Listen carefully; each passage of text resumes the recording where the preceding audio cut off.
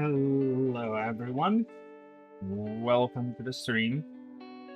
Okay, so as I said, on Twitter, and some of you already know, I am going to try to use the voice changer because, as you know, I'm not confident hearing my voice, and yeah.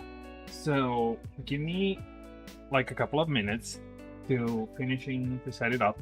Keep in mind that there's gonna be like a bit of delay between my voice and the voice that you're gonna hear, because in order to make it work properly, it's gonna take some time.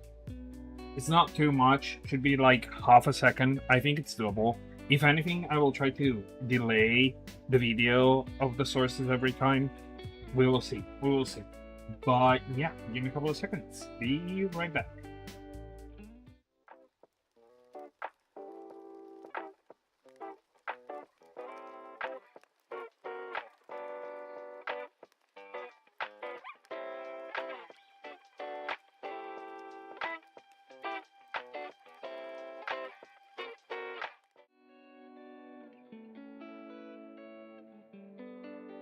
And everything should be done now?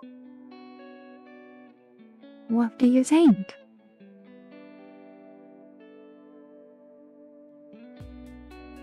I'm honestly looking for feedbacks there. Because I hope it doesn't sound scrunchy, you know?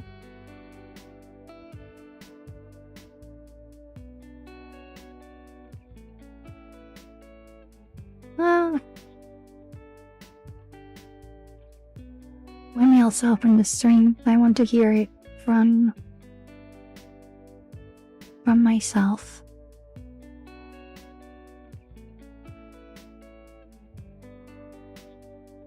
Okay, I will say it's pretty good.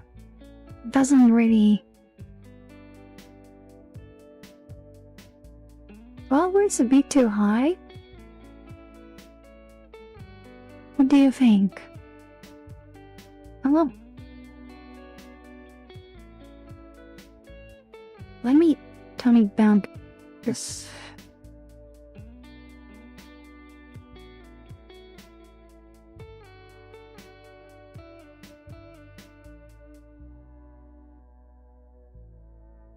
Okay, so maybe something like this might be a bit better.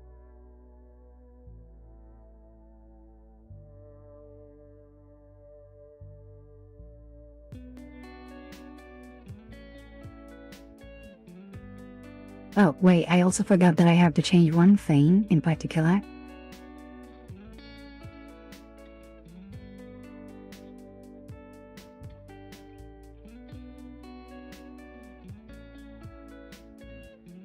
Okay. Now, also, the model should follow my voice. Hello, is anyone watching wants to give a particular question? I'm gonna answer that, and yeah. Also, yeah, the model has been remade a bit, as I said, and now, as you can see, the palette is a bit more defined, but it's not that much more defined. But at least it's not looking more like a shirt, you know? The shirt also has been remodeled a bit so that it was a bit better, you know? Oh. What else? If you have something for me to react to, we are gonna watch it. So, but yeah, submissions, I guess.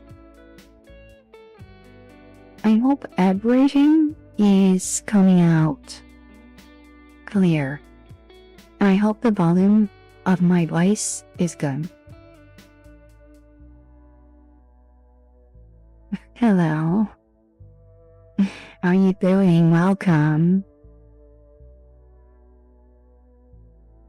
So, once again, any questions or anything you want me to watch or react to, we're gonna do that today.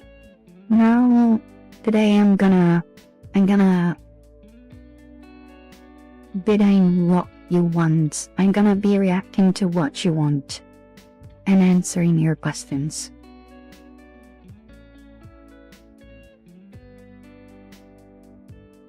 You love it? Thank you. It's gonna be fun whenever there's gonna be the new model. But unfortunately about that, I have to say, sounds like I'm Any Gladys. Oh no.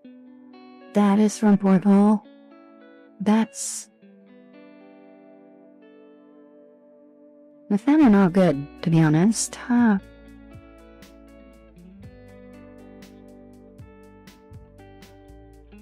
What light?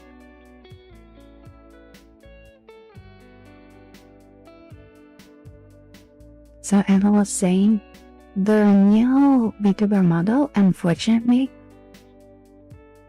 I don't know, because that implies that it's kind of robotic, you know?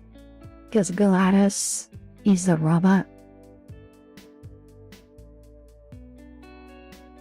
Unless you're not intending something else.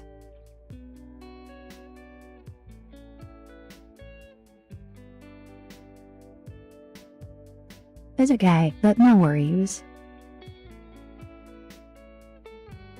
So, what do we want to watch today?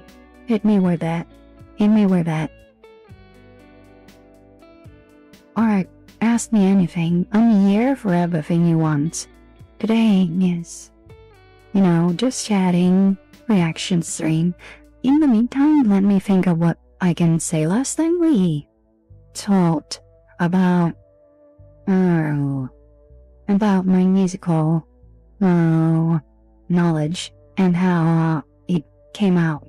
So, anything, of course, that I can answer within the Preach POS.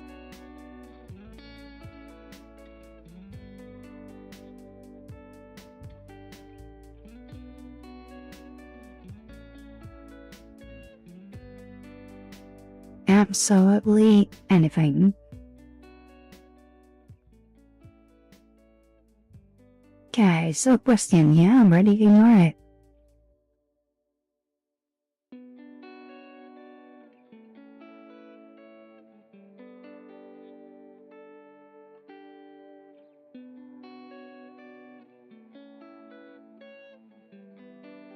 Can also be a question in my life, by the way. As long as it doesn't require. Hey, mommy? Yeah, I'm mommy. And everyone's mommy. As long as it doesn't require, again, as long as it doesn't require any sensitive information, I am ready to answer anything. Like literally. I don't care. My life is probably that boring, so that, quiet. Oh my god.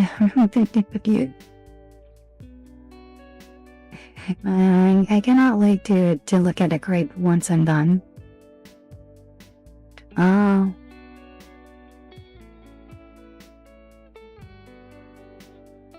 Alpha's gonna be my first clip. Oh my god. So excited. Let me think. Oh, what can I say? Oh, probably people that doesn't know it would like to know how did I end up knowing about my diagnosis as an ADHD and with autism. So, okay. Marilyn on the channel probably already know, because if they were following in before 2024, they probably know that I used to stream with a person which we won't name today. Let's just say it was my old singing partner, right? And she does have ADHD. Although she does say that she has ADB, I feel that's predated definition, because now it's all under the same branch, you know. So what we were talking about, like, you know, kind of behavior and you know, hobbies and specific traits that were basically, I hope the dog is not, the dog from outside is not being picked up, but it shouldn't. So anyway, as I was saying, we were talking about, you know, behaviors, something, you know, weird habits and stuff. And as we were talking, I was like, oh yeah, I'm also like that. I also do that a lot, right? Because remember, it's not about what or how you do it, right? It's how frequently and how heavily that affects your life. So, turns out that as we were talking more and more together offline, well, not offline and on stream, to be honest, we ended up like finding a lot of evidence that as it kept piling up, it became, you know, growth, and the amount of both became became truth. And I wasn't sure about going for a diagnosis, because as you probably already heard from me, my parents are kinda close-minded, right?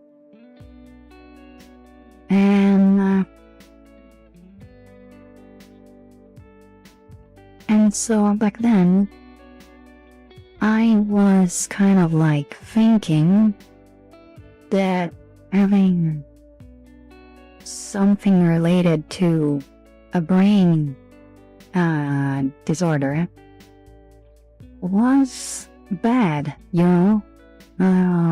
Because unfortunately, when you're around parents that are teaching you bad things, you end up absorbing those things, right? And so it was kinda like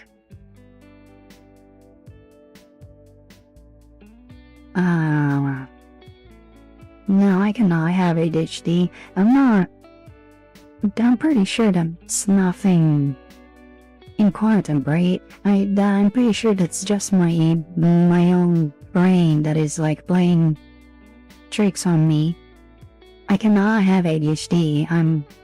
Yeah, sure, I might be. And you should check out this Blade Williamson. I will check in later. I'll check it later, thank you. Don't worry, I'm gonna have it say in the clips of the channel anyway. But thank you. Thank you very much. Also, by the way, next time, if you want, there is also the exclamation point clip chat command in the chat. It's gonna clip like 30 seconds of it. don't like the last 30 seconds ever since the comment has been sent. So you don't have to start editing like, you know, the entire part. Yeah, it's okay. But also, you know, the creaking tool also now gives it a personality to put, Joan.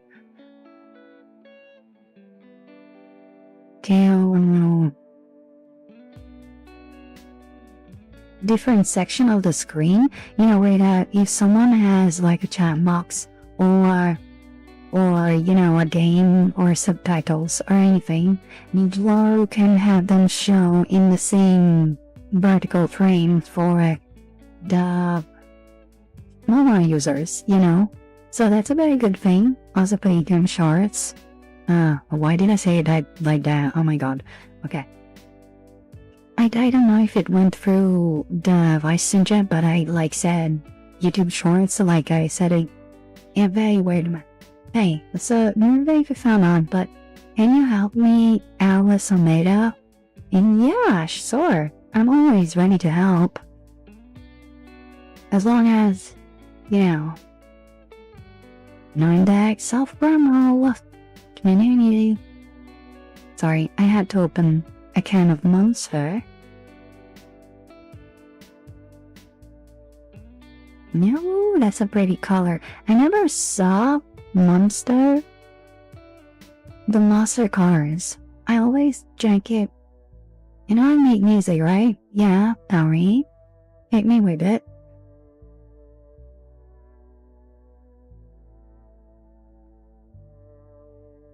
You need advice. Yeah, sure. I mean, we aren't here just for chatting, so we're gonna be chatting. We're gonna be yapping our ass off.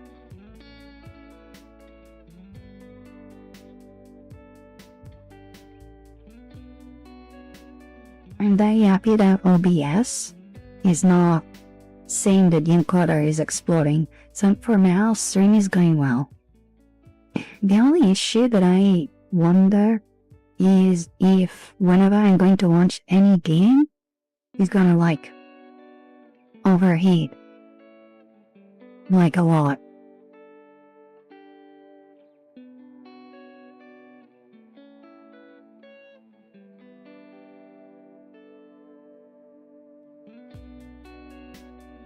I don't know how to make a non-looper music, but I have ideas. You mean... Oh. More specifically, I almost have a laptop. Okay. But I don't understand what they mean as non-looping. Like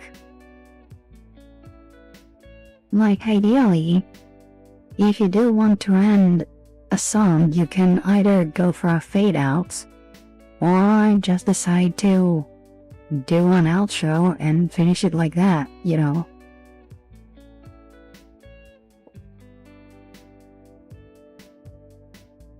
Although I'll say, but isn't it difficult to find an end to each song? For example, I'll sing you something, the good Sherry, I'll sing. Yeah, but we will have to talk about it like later, you know. Currently I have Discord closed. Wow.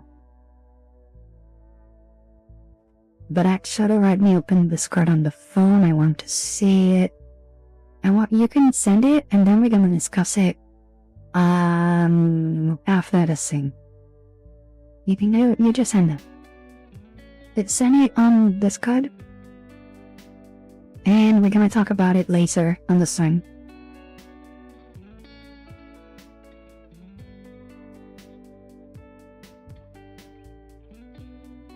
Also, I was talking about something. Oh, yeah. So, like when I'm playing with my band, you know, of course, when you're doing like, when you're doing a song in some of people on a stage, you have to, you know, you have to end the song. You do not have the possibility of a fade out. Nor you have the chance to, look forever, obviously. So, what I usually, what we usually do is trying to to find a way at the end of the measure where you can say, okay, here we're gonna put this small variation, or we're gonna cut the bar in half, and we're gonna have the drummer put, I don't know, some drum roll or something, or maybe we keep one note as long as possible, or maybe some improvisation on the on the thing that results in the end of the song, it's, very cliche, because there are many other ways that you can do, on the end of the song, you can just also repeat the refrain and then close it with a similar thing. But again, there aren't many ways to end a song without doing that probably. I know you cut it there and then, or you'll transition to another song, I suppose. You can also do that. Considering the fact that you are working on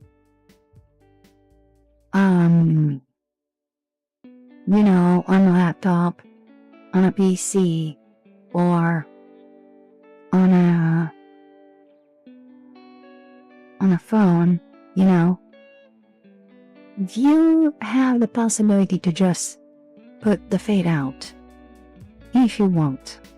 Of course, it's gonna be cheap, but really, don't be scared. If you manage to write a whole song,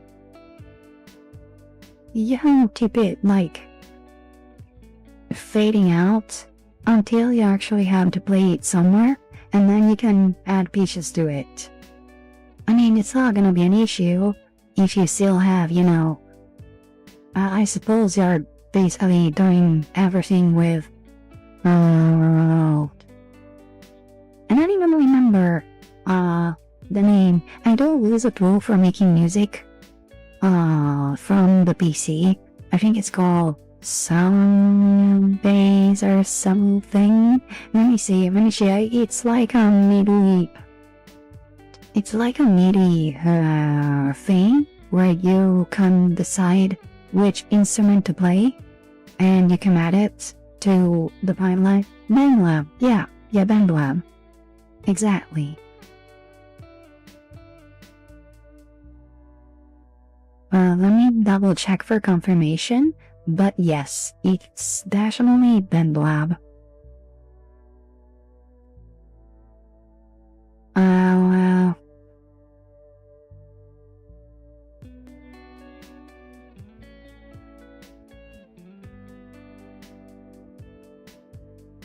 Yeah, BandLab. Thank you for reminding me. Do you also use BandLab?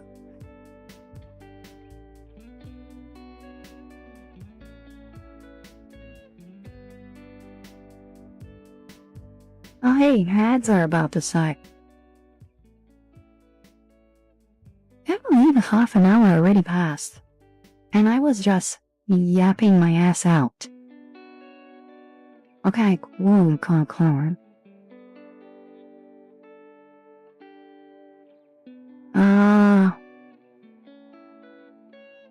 It is Marco. No, here's the mischievous bunny spirit that possessed me the other day. My friend, yeah. Oh, besides, I should add, a condition with that message, and it should check what I'm doing. Because if the message says remember to play your game, but what if, so I should check I should make it that it checks the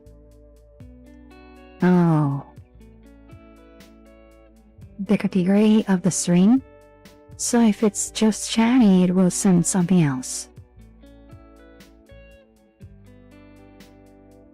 Or at least that's how it's supposed to go, you know? Because since there is no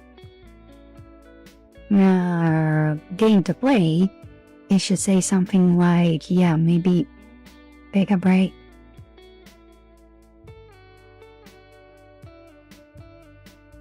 Wait, if you're possessed, though, that means that it gets a nice laugh. Hey, that's okay, we're gonna...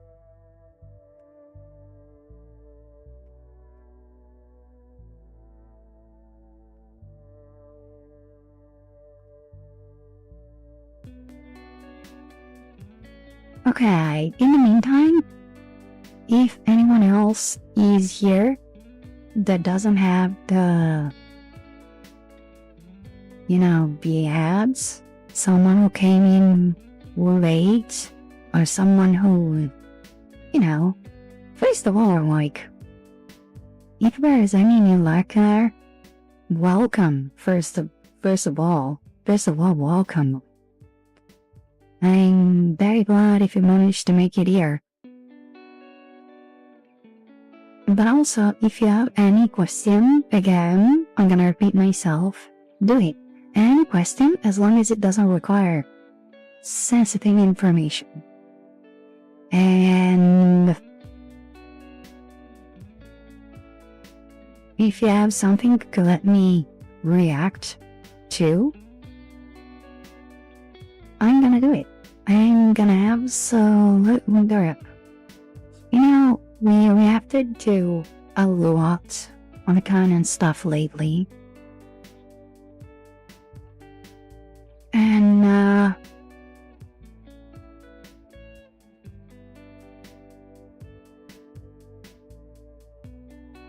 probably for a bit, we should let that rest a bit. Because I do not really want to be the Italian thing become my whole thingy, you know?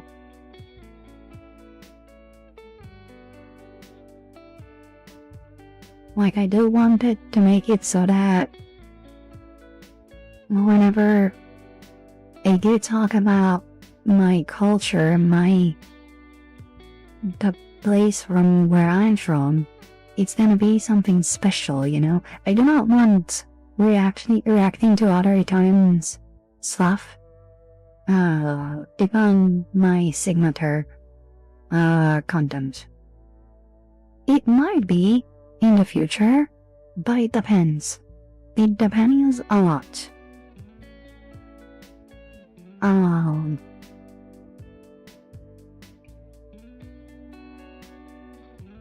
So,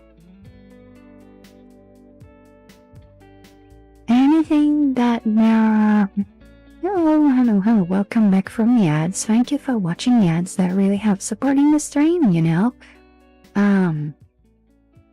So, as I was saying, now you can ask me. Now you can ask me whatever you wanted to ask me. And yes, Neko is a male bunny. Whenever Ichapo says the lip me, I'm not really like, no, no. Donald, let's not confuse things. So, sometimes, Noko and I, we merge and we become one. But like, we're still in control. I'm still in control at least. Like, it depends. It depends on the situation. Sometimes Noko lets me stay in control. And it just gives me the bunny form, you know? But sometimes it also happens that Moko just entirely takes control of my body. So, but like, it's not really going to happen on stream. He knows when he has to behave. Well, he is mischievous, but not that much. Oh, he knows that Tronimai is real, yeah. So he knows that if you were to possess my body while I'm streaming, and if you were to do something naughty, I would probably get upset and trap him in its, wow, in his incense, rot, you know?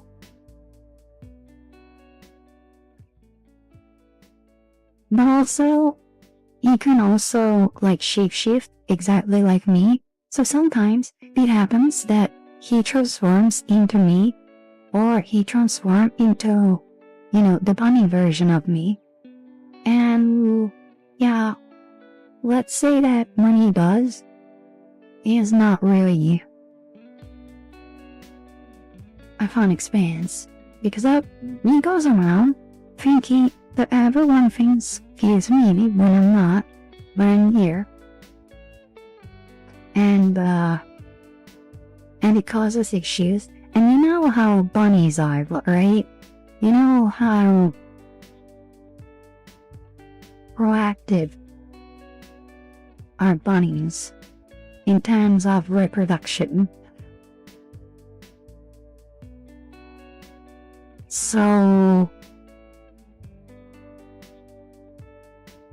yeah.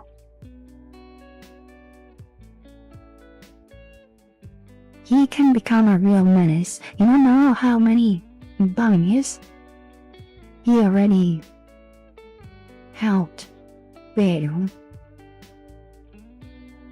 Oh yeah. You know, he is a bunny. It only makes sense. I'm not denying his nature, you know. We are in the forest. We are magical creatures to some extent, especially Moko. Moko is like the definition of a magical stand. And you know, forest spirits are kinda naughty by nature. Like, you know, look at how many mythical creatures that are like, you know, that have like strong naughty natures, right?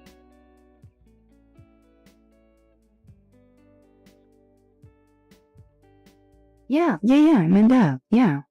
I'm not kidding. However odd that you have both a bunny and a cheetah and a wolf in the forest. I'm missing on the wolf. Where's the wolf?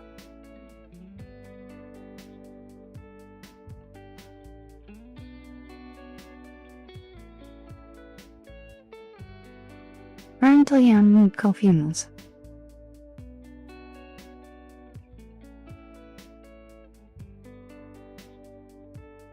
Oh, Zarya, okay. Well, Zarya is more like, you know, I don't believe she's also like an animatronic. She's not probably a wolf, right?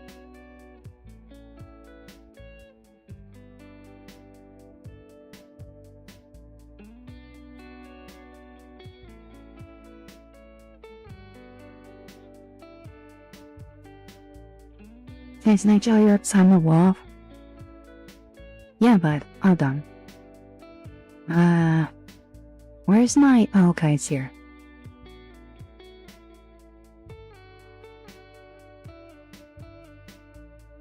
Yeah, it's an animatronic from Glamlock on a Five Nights at Freddy's security breach. So, well, yes, it is based on a role. It is a robot, right?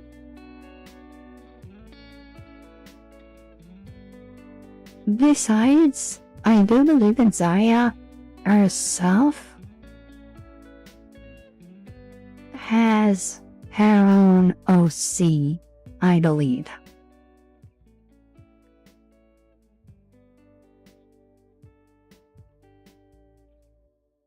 Well, you know what we should do?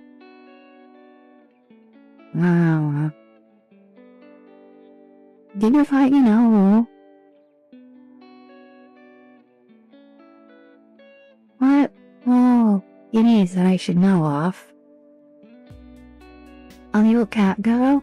You mean from Deltarune?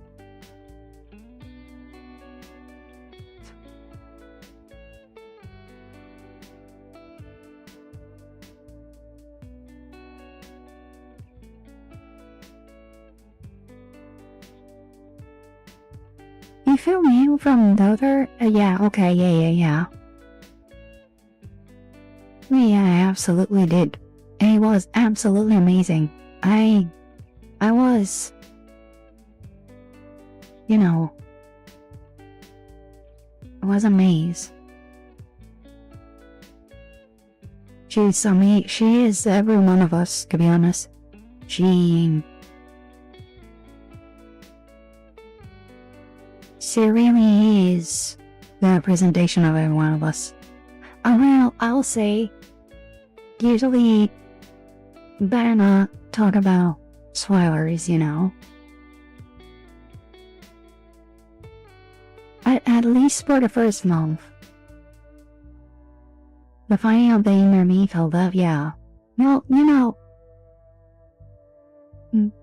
it's funny that Toby decided to bring her back, because, as you probably know already, she was already in on the tail.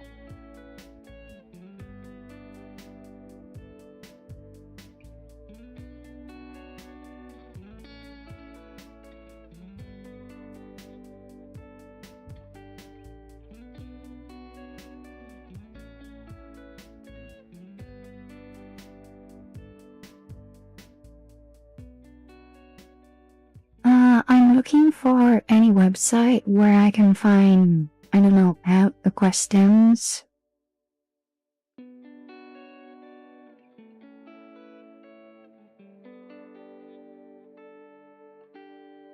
Random questions generator, let me see.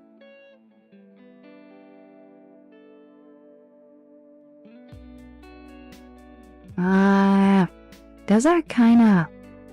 Oh, yeah, question. Yeah, go for it. Go for it. There's a way to, like, more real-crime questions that I'm finding on this website.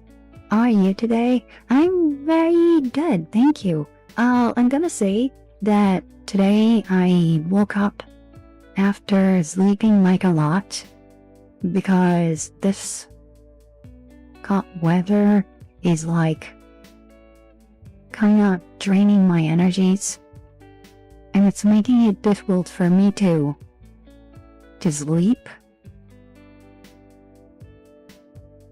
And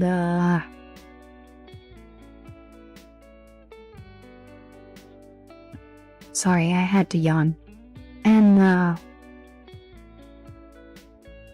so I woke up well rested. Well, today it wasn't particularly hot. It was acceptable.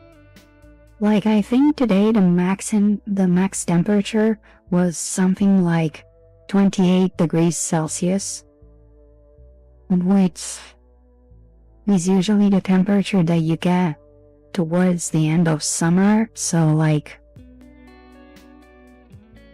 first days of September, maybe the last days of September. So today we got to breathe a bit. Even though when I left this afternoon to go to my psychologist, outside the weather was like very nice.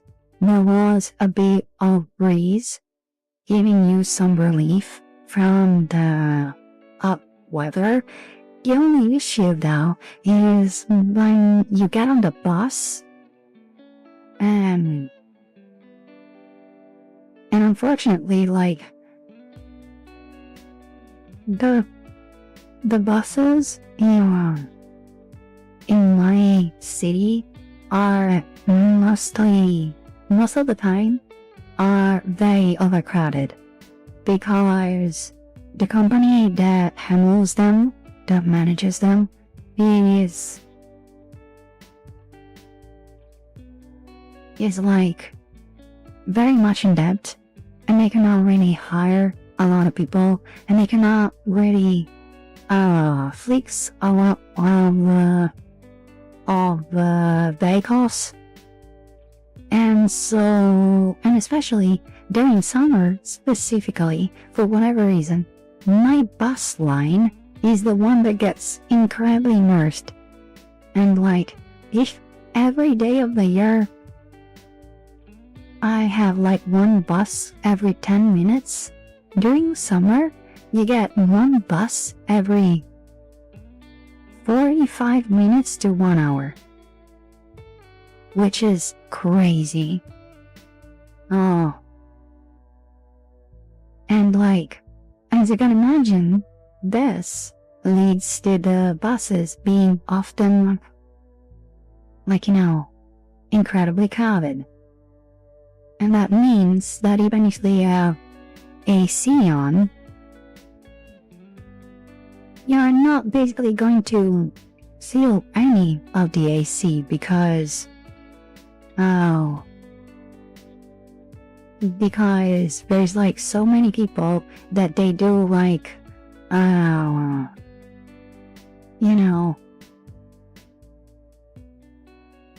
the breathing of all the people all together inside, and the body heat, they produce heat themselves, and it overpowers the AC.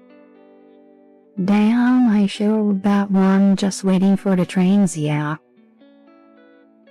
But still, well, the issue though is that it's not like, it's not like all the buses becoming like one every 45 1 hour. Just line for whatever reason. Just the line, that is the only line that serves my neighborhood. Because the others, some of the buses are like focused on other lines that goes to, outside of the city, but like for whatever reason, even though my neighborhood is outside the center of the city, for whatever reason, like, I should watch some videos made on spaghetti. Let me find one. Yeah, sure. You sure.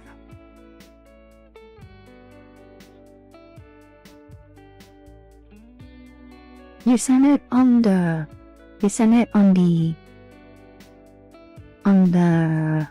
chat, and I'm gonna open it from the chat.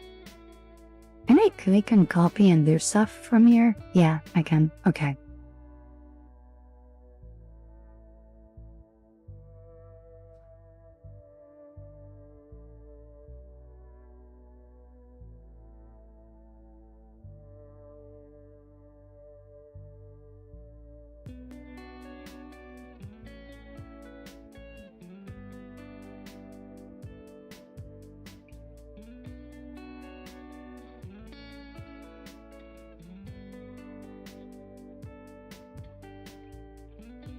So today I was looking at another video, Well, not video. Well, yeah, it was a short. It was a Facebook reel. And it was a video about, I think it was like 5 things you're eating around outside foods that you think are Italian, but they're not. And the first one, so number 5, was already incredibly wrong. Like, a spaghetti with meatballs. Well, the vast majority of people do believe that spaghetti with meatballs are not Italian here in Italy. They do not know that in Sicily and also Calabria and, Apulia and other places, we do actually have spaghetti with meatballs. They are not huge meatballs, but we have spaghetti with meatballs. And besides, the explanation of this guy was that, oh, you cannot eat pasta with meat because usually they serve the pasta first and then they serve the meat. Then explain bolognese sauce. Right? Bolognese sauce has meat, minced meat, inside it. Explain that. Or there's also the Neapolitan ragu that also has big, incredibly big, juicy pieces of meat inside. Well, I'm not even kidding. If I were to show you, hold on.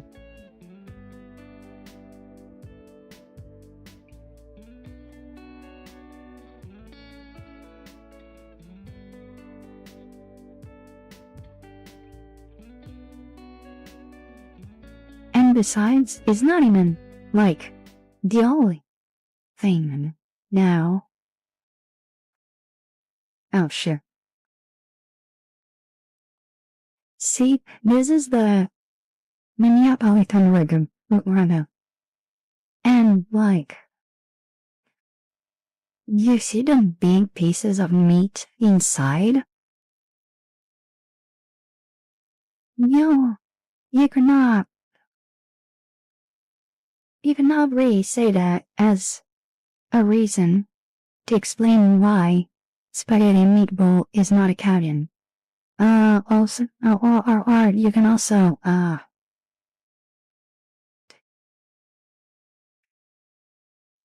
don't know.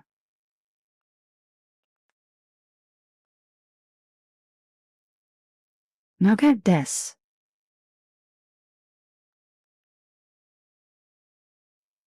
Rings? Ragu rings. Oh, well, yeah, breads with,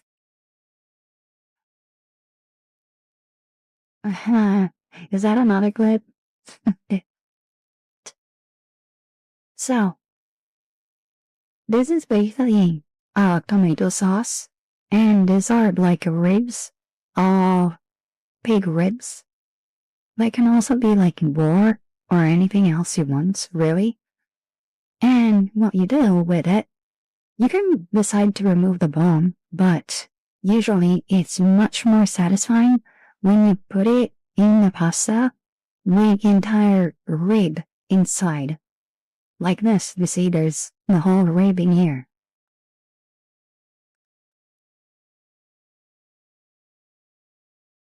So I'm like, dude, sorry.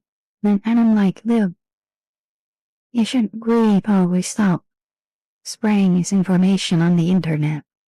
Hold up. Anyway, let's browse. Let's browse something. Wait, this is not.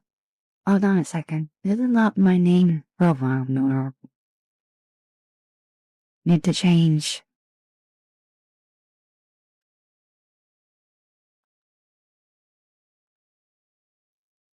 Why the hell did it say that?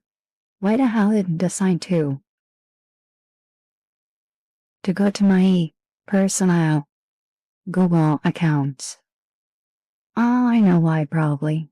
Okay, fair enough. Oh, there's a new Hermitcraft video. Oh, I would really like to watch it, but... And there's a new Vinny Tomodachi Life video. Oh no. Look at how many good videos that I now that we cannot react to those. I don't think those are. Those are reactable videos, you know. Let me see. We can check Kyrgyzstan. Kyrgyzstan. I don't know how to say that. What it's like to be killed by nature's most brutal predators? Okay, we could watch that. How are memories stored inside your brain?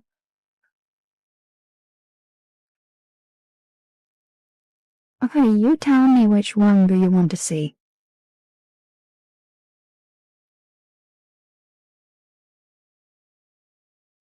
Harmony is all about. Our minds are weirder than any seem, okay? Or we could continue watching oversimplified, you know?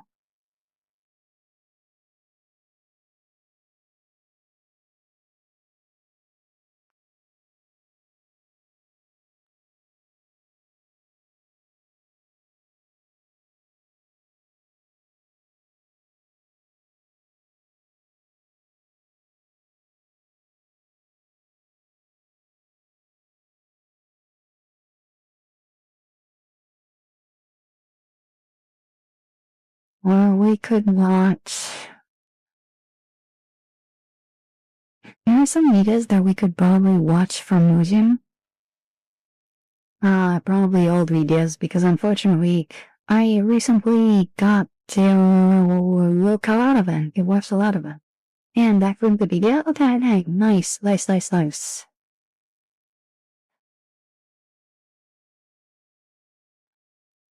I need to drink a bit of Monster, though.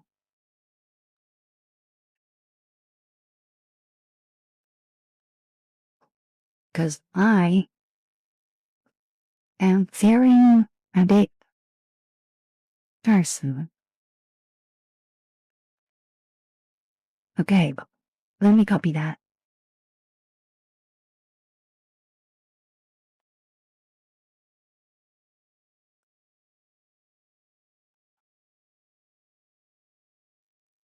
As I said, wow, man.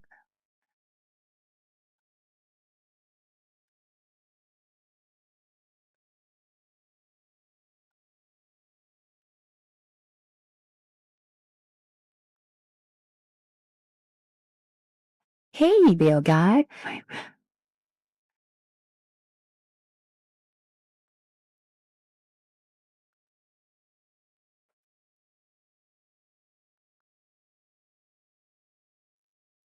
I'm gonna say that I like how I really like how they handled the end of the game. I know I will say that I'm a bit sad about the fact, you know, the end when you talk with all the flowers at the end. That really made me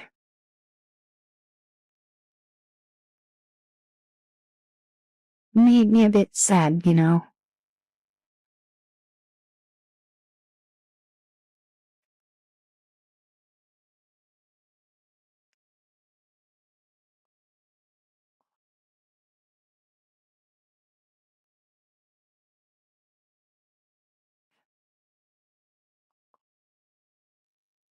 Okay, so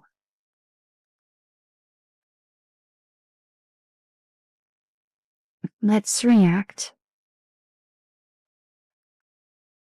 Let's see how our memories stored inside our brain. Things. I think for ADHD people, it's mostly important to know that. magic that enable you to experience bygone moments over and over. With them, your mind can encode, store and retrieve information about the world and yourself. But memories are not static like photos. Like dioramas made from wax, each time they're under the spotlight of your attention, they can melt and change a tiny bit, which is a bit concerning because they are a huge part of what makes you, you. They are the personal law a lot of your identity is based on, and the basis for your decisions about your future. What does it mean if they change? And, more fundamentally, what is a memory? How is a moment in time stored in squishy meat? Your brain is weird madness. The human brain is the most complex thing in the universe, so we need to simplify quite a bit.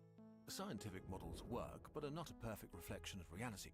It's a bit like talking about elementary particles. But in a nutshell, what makes you think and feel is a complex system of about 86 billion neurons. And you, like, believe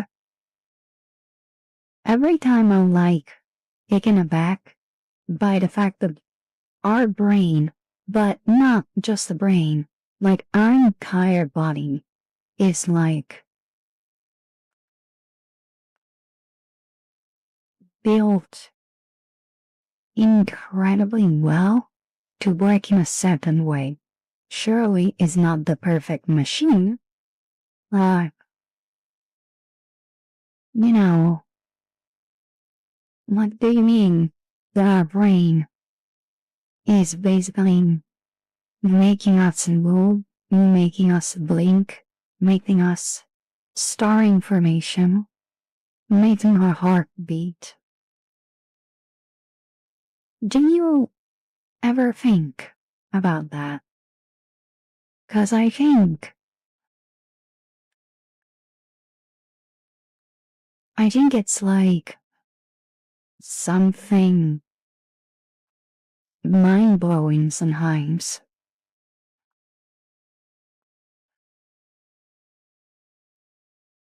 Maybe I'm the only one. Maybe some other people will just say, oh yeah, the brain does this, does that. It's what it's supposed to do, right? And why would you question how your body works? How would you question how your brain does this and that? And I'm like, okay, sure. But aren't you hungry for knowledge? Because I do believe one of the most important things is the need and wanting to know more. As someone said way before me, stay hungry, save foolish. That has a huge meaning. You do not understand the genius that Steve Jobs was. And he was one of those people who, until the very last moment of his life, he was dubious about what he accomplished in his life. He was like, oh, sure, I might have made a phone that changed the life of people. But did I?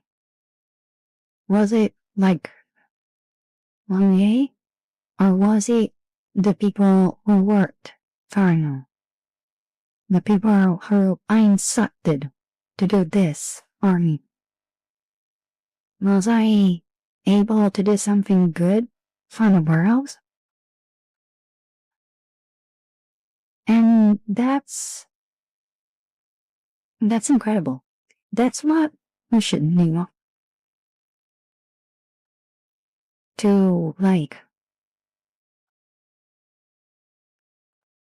if you don't know things, you cannot achieve stuff. I think one of the most important tools that humanity has in order to achieve something is knowledge. You cannot go away from it. Those without knowledge are the one who will be able to get stuff done in a quicker and probably more optimal way. That's what I think. Also, I can remember why I'm pausing the video now every time that I'm talking. That is because the voice changer has like, I do believe, a solid 1.5 delay between the words that I say and the way they come out from the microphone. Probably even more, I'm not sure. But like, if you add it to the same delay, it's even worse. Hello, welcome, how are you doing? You like my voice, right? No.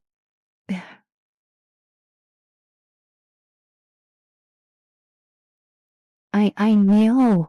I knew you were Karen's. I saw the every mention that I did with her was saying during.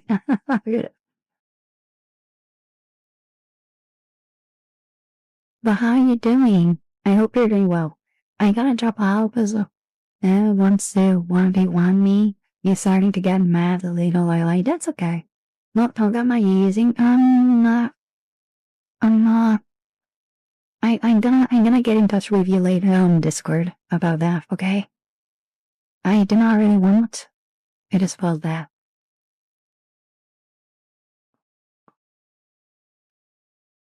In public.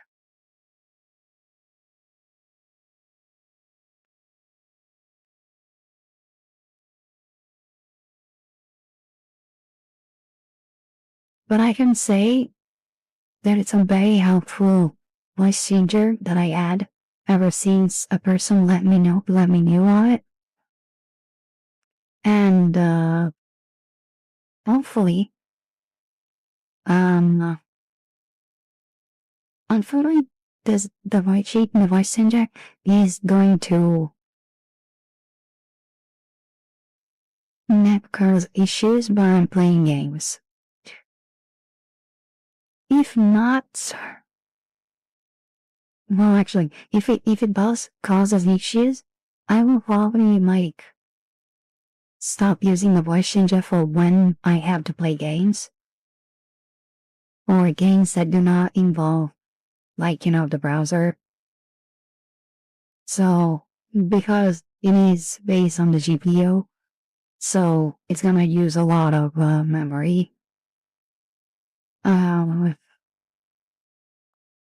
But yeah, he's a voice changer. You upload a voice model, or you can use the preset ones, and it's gonna convert the voice instantly. It's entirely run locally. Oh wow.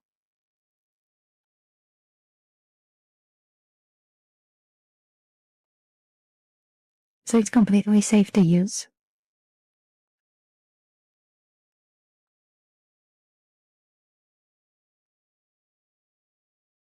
And what else? I don't think there is much else to say. So let's continue. Oh yeah. Serious. I thought about using voice mod before. I hate my voice so much. I will say I wanted to use voice mod too. Well, the issue is the fact that you cannot choose the voice that you unlock while inviting other people. Because, as you probably know, I cannot pay for a subscription. And especially, like, voice mod subscription was kind of like, So, I was like, if I'm gonna get the voice that I want, I'm gonna try. But when I saw that the voice was being randomly assigned, I was like, no, I'm sorry, I'm not doing that. Not because I do not want to to do the thing, but like, I have a license, I can just, I don't know if that's, oh, if that's like, allowed, you know? No.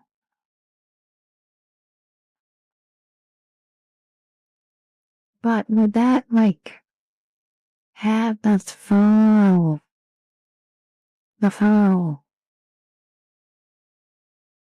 thingy?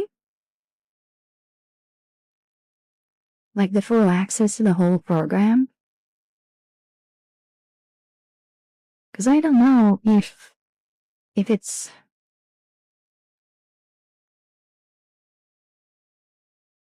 like, you know, if it wasn't for it showed Caesar on the computer, then he need room to talk about it. Why?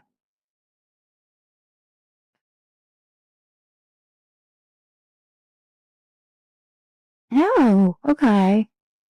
So are you sure you're not? Are you sure you're not going to use it? Alright, we try it.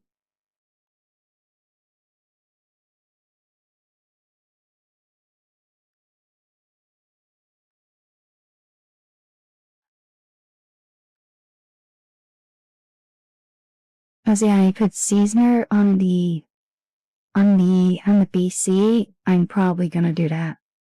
Cause this, I know this machine there, since it's run locally, it's gonna like use a lot of PC resources, and my PC is not like that good.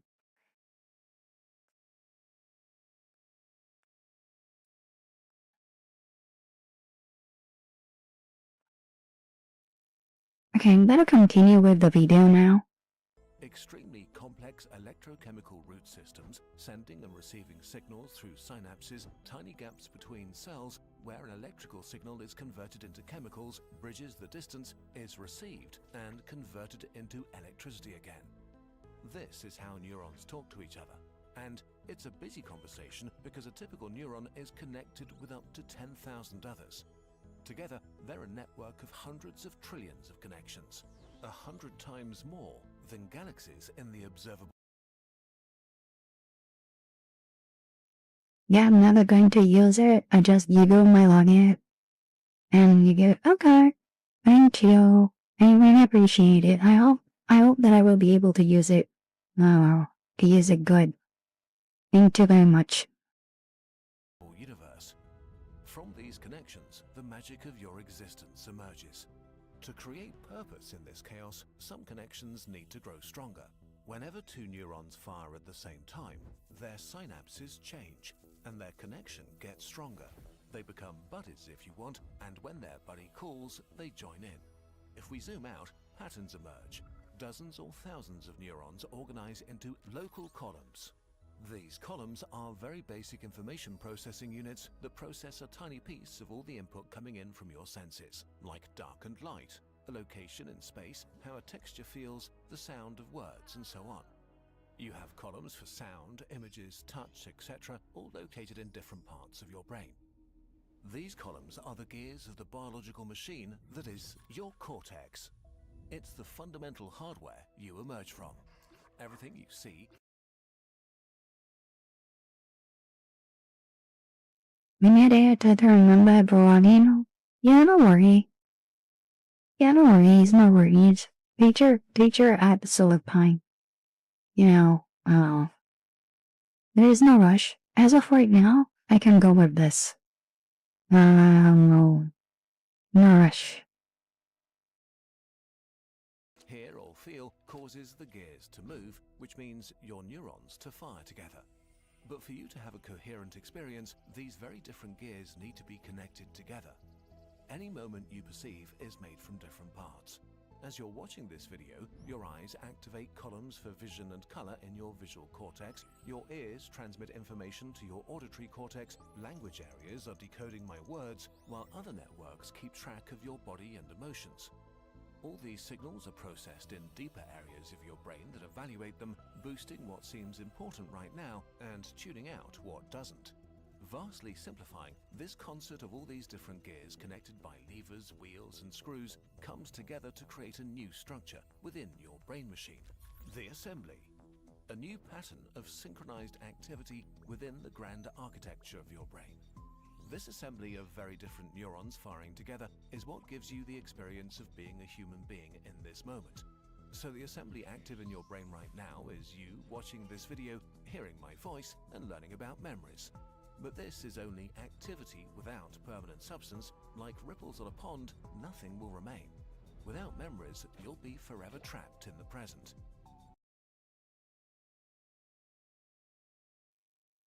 My Wi-Fi is being naughty. I gotta go to see if someone touched my router. I'll talk to you later. I hope your scene is fun. Thank you. Thank you. Now, we're gonna react to some stuff and answer to questions from people if they want it. So yeah, no worries. Have a nice rest of your day, and thank you for stopping by. Really, it's really nice having you every time. My room cannot run it. I'm struggling to find, catch any other people that I support stream. Oh. John, I think I saw you singing, the other day. If I remember correctly, it was you. And I was, busy, and I couldn't really click on your stream. So, but hopefully I will be able to offer one I really. So, again, thank you for coming, and it's always nice to talk to you. And have a great day. Bye-bye.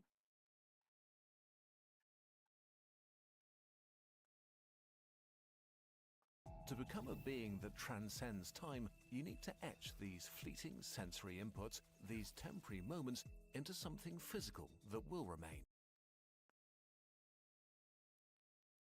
Hello, welcome back. How you doing? Thank you for coming. We are watching some videos and reacting to those, and I'm also answering the questions. The viewers, if they have any, doing a little Ask Me Anything. But yeah, how you doing? This is my first question for you.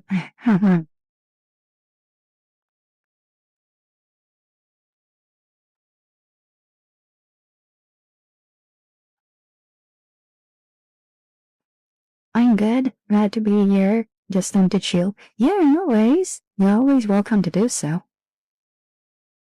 We were watching a video about how memories are stored inside your brain. And then we're gonna also watch a video on how it is right to be killed by the strongest nature killers.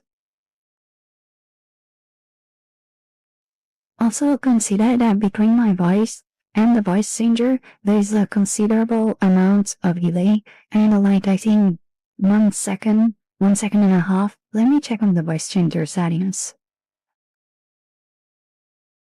1,365 milliseconds. So that yields basically 1 second and 1.3 seconds.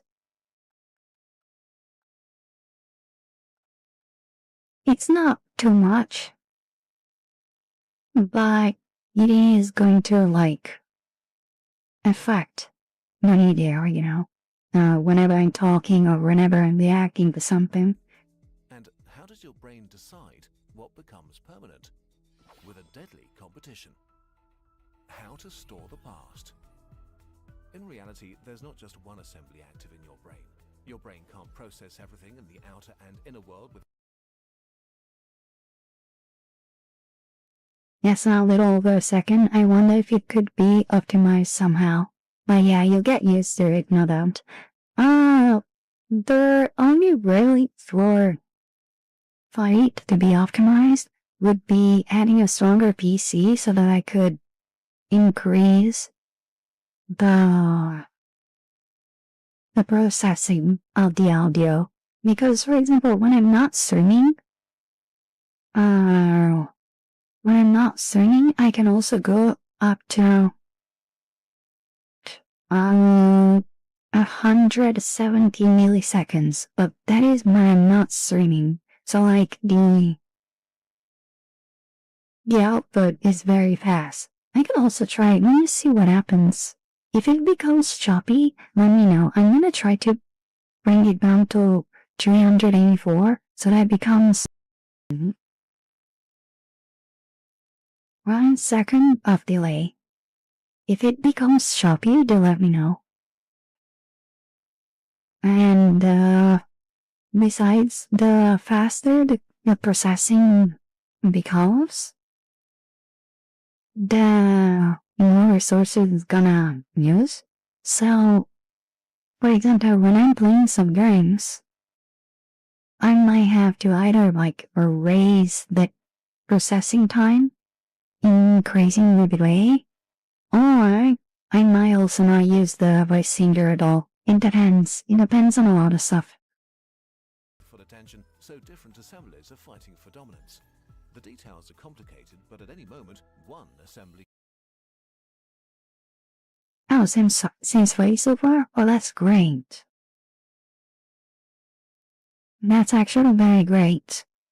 Because 1 second is going on, and if the quality is still like very, very good, in terms of like you can hear the words fine without the processing being rushy and like changing my words, that's good. That's very good. Is winning and deemed the most important by your brain. This is what you're aware of right now. In your brain, the assembly processing the sentence I'm speaking to you seems to be the most active and wins. Your brain thinks this matters, and you're forming a new memory. Two things are happening right now. The neurons of the winning assembly are bathed in chemicals that make them more susceptible to change and tie them closer together, strengthening the synapses between them. And the memory center and librarian of your brain, the hippocampus, is activated. The details here are super complicated and the exact process isn't fully understood yet. But in a nutshell, your hippocampus creates a blueprint saving the rough configuration of the assembly. The assembly is saved and put on an index with all your other memories that are associated with what was going on in this moment. Like every time I was confused by something in a Kurzgesagt video. Finally, you have a memory. An activation pattern of millions of neurons spanning many different regions of your brain. Activating any part of the pattern now makes the whole assembly fire. Now you're able to relive a moment of the past that's gone forever in the real world. But this new memory is very fragile and still pretty temporary. Your hippocampus holds its blueprint, but without reinforcement, the assembly will fade and the synapses will be weakened again. This is why you forget most moments of your life, why you don't remember how your coffee tasted 43 weeks ago on a Monday. You experience most of your life only once in the moment you live it. And you don't just forget what happens to you, you also forget what happens in the world. Most news stories disappear within days, and often you never even saw the full picture in the first place. Wait. It is.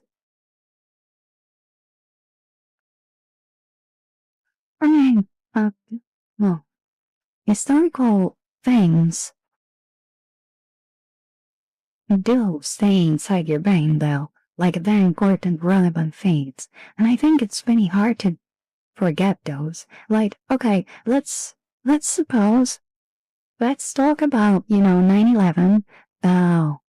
You know how in America, in the USA, it's very celebrated, right? And more than celebrated, it's remembered, right?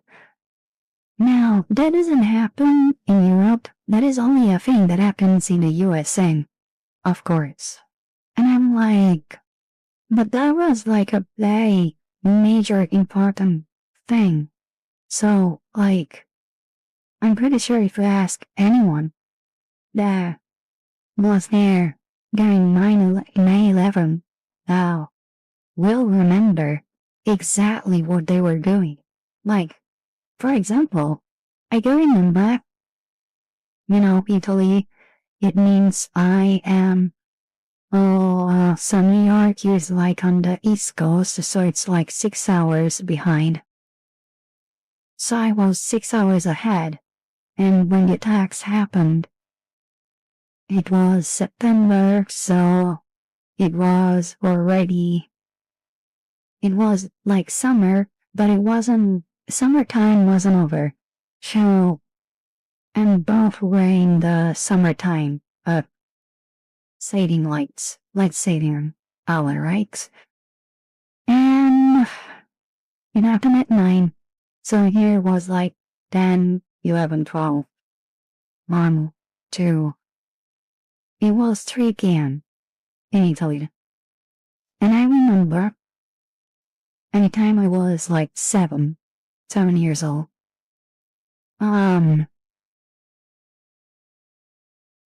And I was at a friend's house after school. I remember that I went there for lunch. We got out of school. And we went there for lunch. One important thing was that aside from the fact that we were going to play together, because of course, you're 7-year-old, what do you want to do aside from playing together of being stupid from role playing? Oh, I remember we were watching the TV because we were very much into Pokemon. And before Pokemon started, there was another Italian television show. It was something like a kid's show. And it was this enchanted forest with the bartender of this forest having like people from the enchanted forest world. There was the princess, there was the werewolf, there was the orc. Yeah, all those kind of fantasy people, like, and they were all humans in costume. And the major thing of this show was the fact that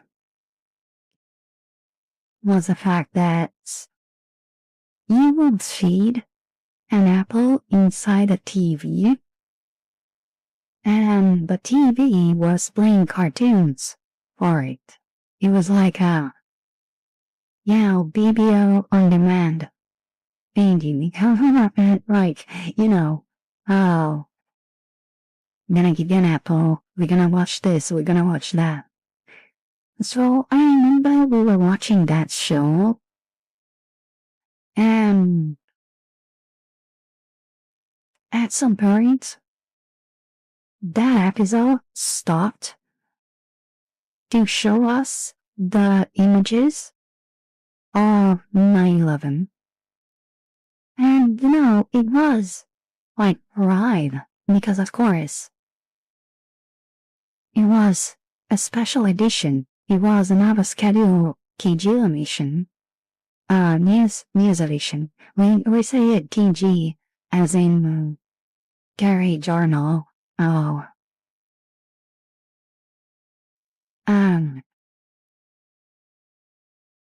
And I'm not gonna lie, me and my friend were watching the TV. We weren't really, realizing what was going to happen. I mean, we were 7 years old, but do you want a 7-year-old to understand, right? And we were like, yeah, now they're gonna show us Pokemon, right? Now they're gonna show us Pokemon. We were so sad when we discovered that Pokemon didn't go live on TV because this service, the TV, my part of the towers, was lasting so long that we lost our hopes about matching Pokemon. And then probably none of us kind of like thought a bit too much, but we were very confused on how everyone in the house was like kinda panicked, kinda scared, kinda horrified. And then growing up, I kinda understood what 9/11 was for real. And yeah, looking back, that memory is fresh inside me. Anyway, thanks are now running for those who have the ads. We're gonna take a little break.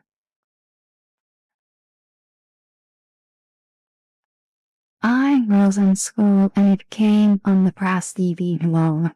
But like if anything happened suddenly in any peaceful country like Italy or Japan or the UK would be huge and global and last known for years. I'm gonna answer to that and gonna read that later after the ads are done.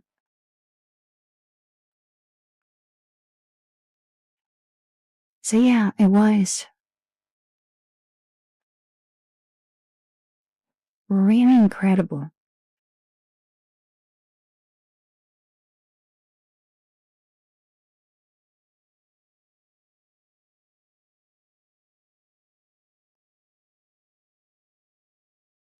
Thinking a bit of Monster again.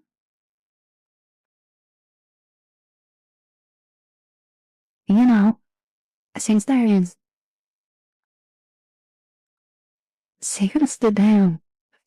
we don't have reminders, I'm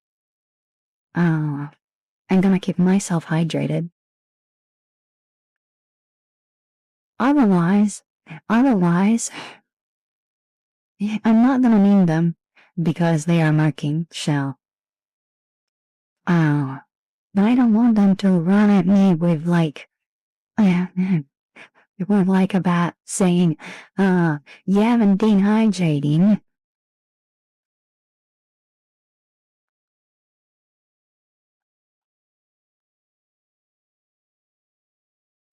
So yeah, I'm gonna teach the side of the world, okay, to show me like 2.5 minutes. Oh, that's very generous of Twitch, to be honest.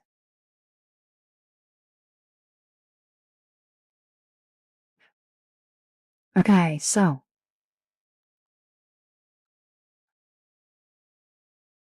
Right, compared to the 3 minutes that is the minimum to disable Vivo ads, that's incredibly generous.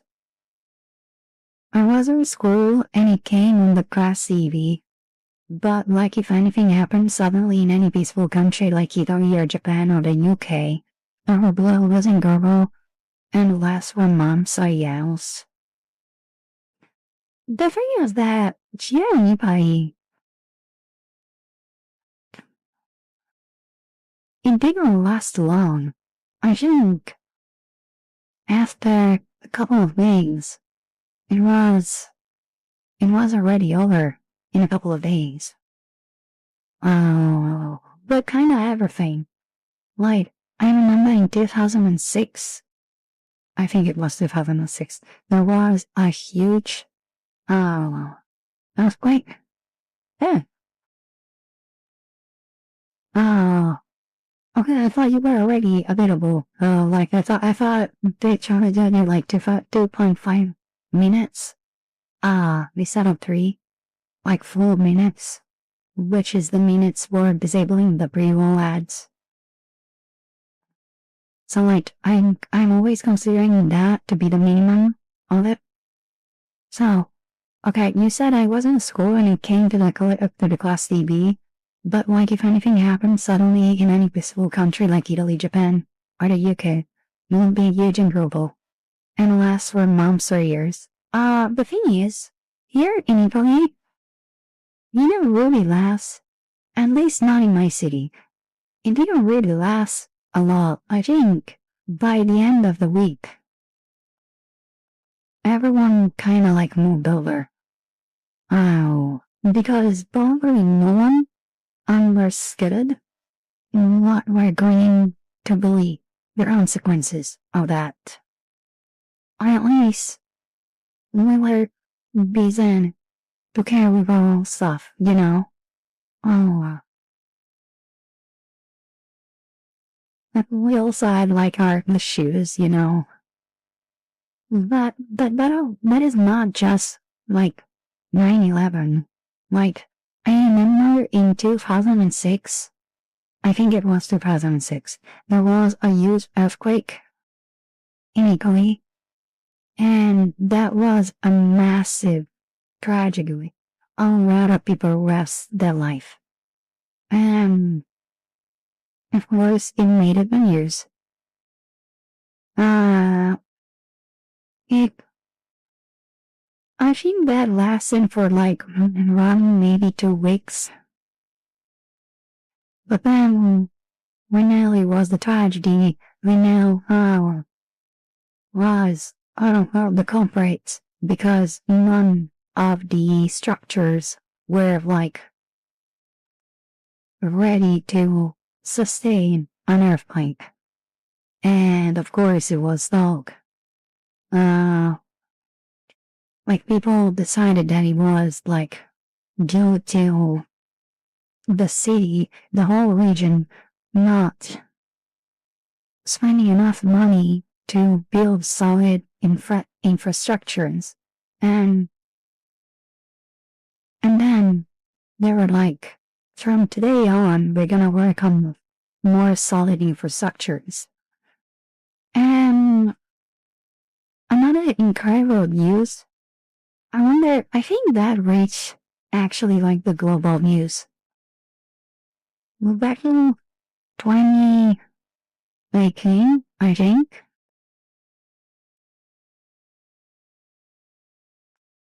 Was it 2018? I think it was, because it was before COVID. So in my city, a very high bridge on the highway at some point snapped. It hurt. And luckily, there weren't a lot of victims. There were only, I say only, but it's like, quote, only, because there was a huge number for it to happen so recently in modern history. Oh, only 35 victims. They could have been much more. They could have been much more if it was a busy day. And it was the day before the 15th of August, which, yeah, in Italy, it's a very big day because it's break the year like in two, and it's a day where everyone takes a break from everything and they go outside. But like that day on the 14th of August, it was raining like mad. I can remember that. And the bridge was already very much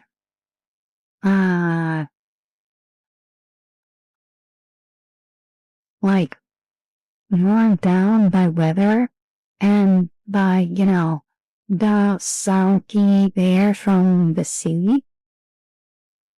And it happened around, I think it was around lunchtime. Yeah, it probably was around 1 p.m. And I remembered on that day, I was supposed to go with my father to a place to change some door frames. And luckily for us, that job ended up not being done that day. So we got the chance to stay at home. But if we were to go there, you know, it was something like half a week ago, or not half a week, sorry, half a day of work. And And by the time that the bridge fell, rain would have most certainly found ourselves there. So it was one of those, chances that whatever there is outside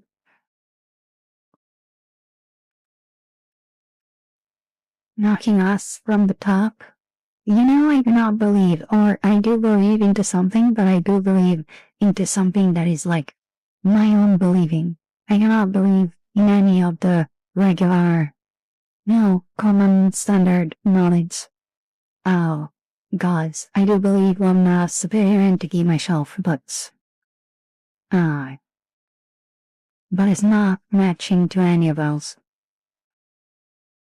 And another one of those situations happened. And by the way, yeah, that also talked for months and also a couple of years because there was a huge bouncing and responsibilities and no one wanted to take accountability of what happened. So yeah. And also, in 2011, I remember there was a huge flood in my city, and 6 people died. But that day, I was like, I'm not, the vibes are kinda off. I'm not going to school, fuck it. So I went to school, I saw that there was no one. And I was like, yeah, I'm going back home. And by the time the whole drowning happened, I was at home. Because otherwise, I would have been on the path where the flooding happened. And that is incredible, I think. Can you believe the coincidence that is life sometimes? I got saved by my own instinct drives. You see, when I say, I bumped into my light ring. Okay, hold on. And they understand how at some points you feel certain things. Say you got real lucky you wouldn't be here. Yeah. But it's especially in that flooding episode, if it wasn't for my contact with nature, I wouldn't be here. I was like, yeah, no, I don't trust. I'm gonna go back home.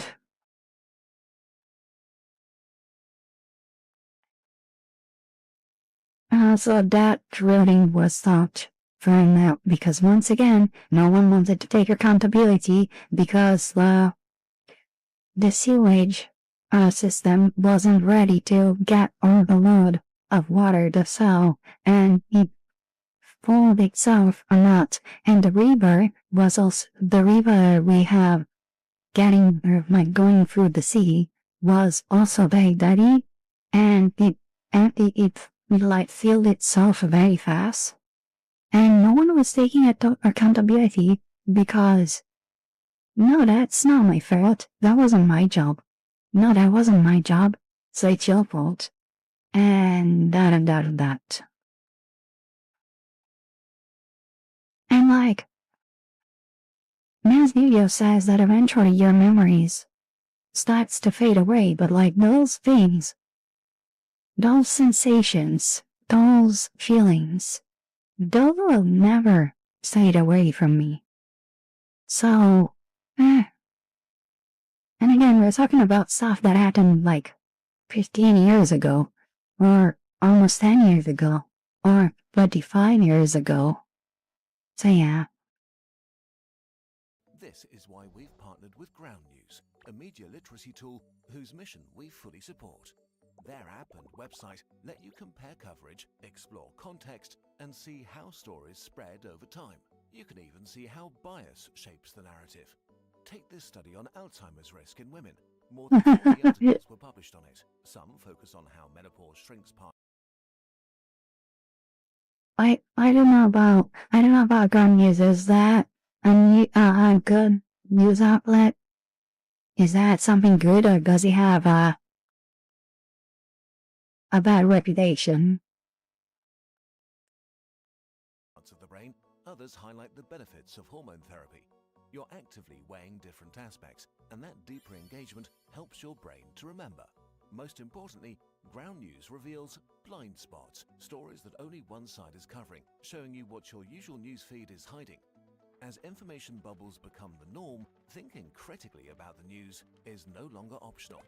And Ground News makes it easier to do just that. Try it via the QR code on the screen or go to ground.news/nutshell. Our link below gives you 40% off and unlimited access.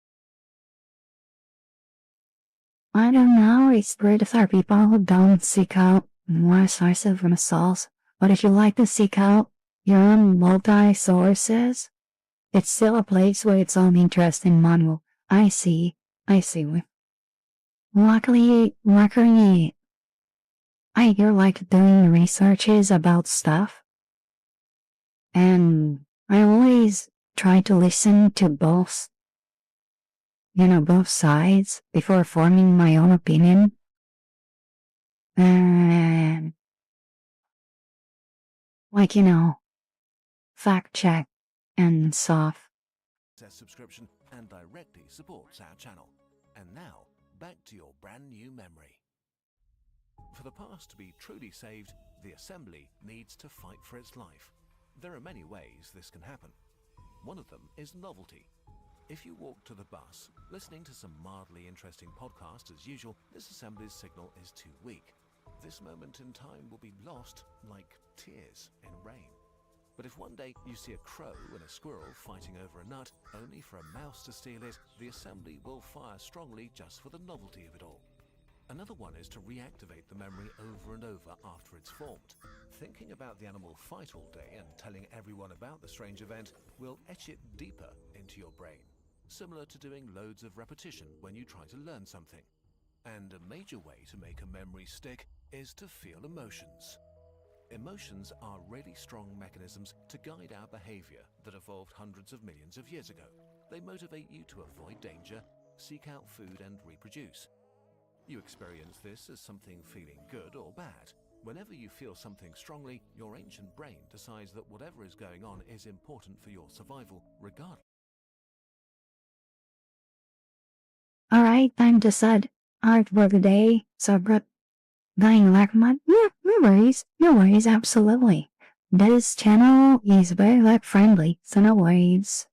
Enjoy your work. And enjoy your art, of course. If it's wrong or not. So many of your strongest memories have strong emotional flavors. The humiliation when you acted dumb in front of your crush. The joy when you beat your dad at Mario Kart. The devastation when your dog died. The Whoa, Mario Kart. You held your first kid. If we just made you feel something, we increase the chances that you'll remember this video. Strong activation, repetition, and emotions do the same thing to your memory. We said before that chemicals made the neurons able to change. Well, now they change drastically. Like wax warming up and melting together, the gears of the assembly grow new teeth to fit more tightly. Neurons grow more synapses and fire together even better. They become closer and more solid. A lot of this happens while you sleep. Your hippocampus replays the assembly over and over, making it more solid and easier to retrieve, which also means that if you don't sleep enough, you literally forget more of your life. Think about that when you have to study for a test next time. Without proper sleep, you'll be wasting your time. But in the end, you have a proper long-term memory. A diorama of hardened wax displaying a moment of your life. A scene etched into a pattern of connection inside your brain. Now, you can remember it forever. Well, why remembering changes your memories forever. To remember, you need a cue for the memory, something that's part of the original assembly. A smell, sound, word, or maybe the image of an angry crow. Your hippocampus searches its index for the cue, hopefully finding the right stored assembly, and activates it. It fires. Your past experience is retrieved. The diorama appears in your mind, and you relive seeing the crow and squirrel fighting. So far, so good. But as the diorama plays for you, you start changing it. Recalling memories is not like loading a video and pressing play.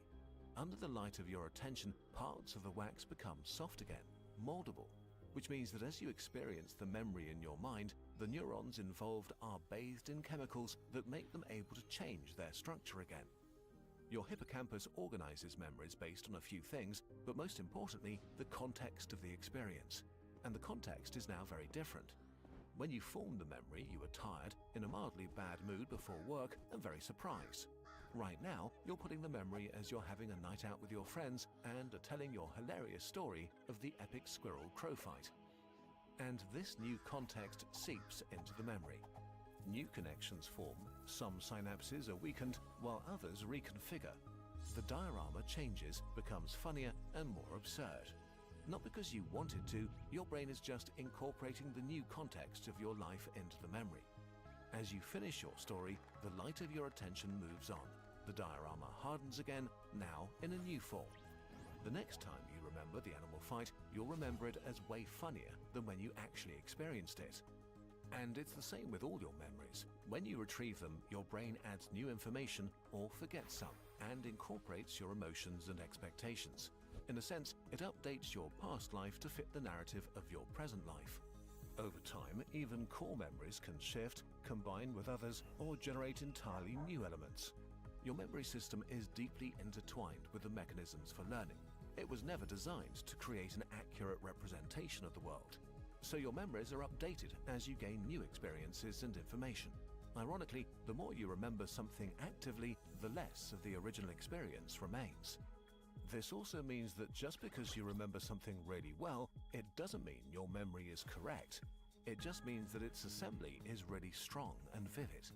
It's not a sudden process. Your identity is safe for today. It's a slow shift in the overall patterns inside your mind. You are who you are today, but your future self will be different, and they'll think and feel differently about the things you experience today.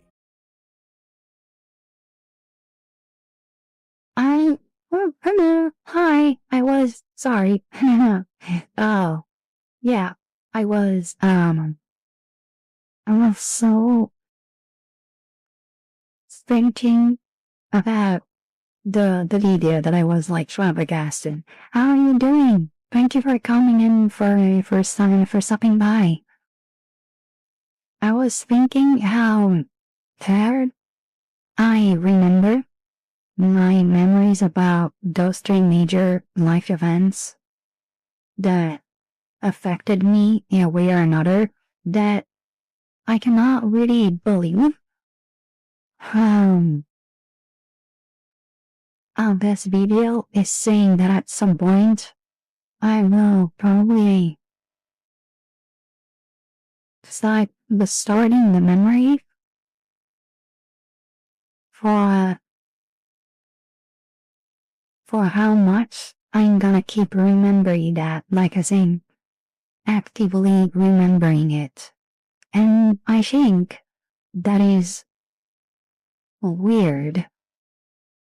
Because as of right now, those events that happened like 21 years ago, 11 years ago, and 8 years ago, those three major life-changing events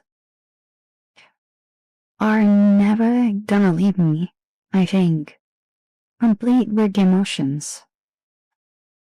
But yeah, also, again, welcome. We're doing some reactions.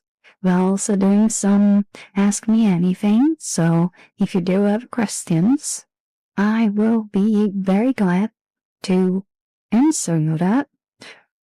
And we're also watching some videos to react with, and to comment, and do anything, or if you want to just murk like many other people are doing right now, you are also very welcome to do that.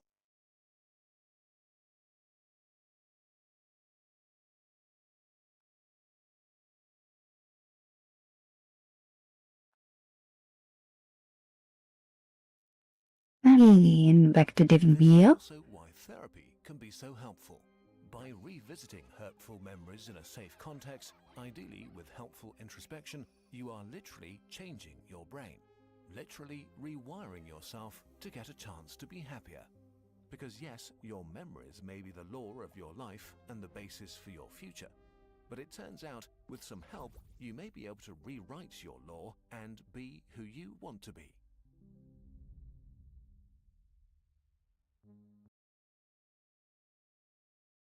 Are you thinking what I'm thinking?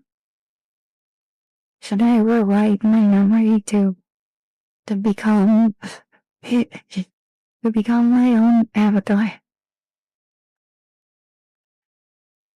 Unfortunately, the messenger, I don't think it would be able to catch the laugh that I had, but it's a very funny way to put it. Cause he basically said, yeah, if you had a hurtful memory, you can just go to an expert and rewrite it to forget it or to change it in a way that doesn't hurt. Doesn't hurt anymore. And I'm like, it's not really like that. I only ever so easy, yeah. Yeah, absolutely. Unfortunately, I know a lot of people that ended up having trauma for a way or career or another. If only that was so easy, yeah, it would cause, like, it would save so much pain to the people, unfortunately. I mean, it's doable, sure, but it requires years, and sometimes those bad memories can also come back, and that is an issue. So yeah, it's definitely not easy at all.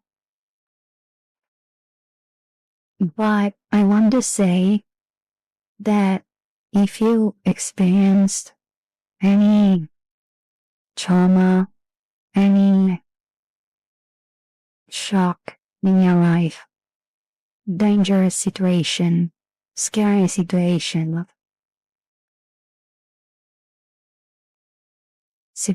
where you felt in extreme danger, I do want to say that you are valid and we accept you for who you are today, and that I am very proud at whom you are today. And it's okay to never, like, it is okay to feel sad sometimes. It is okay to feel like the world is a horrible place, because it is.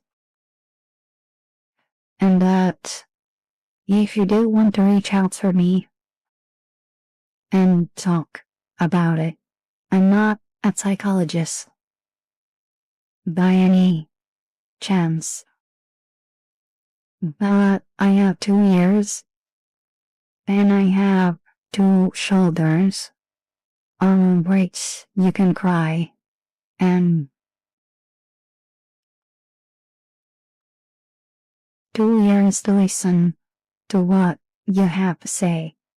I might not be able to help you solving your situation. Again, I'm not a doctor by any capacity, but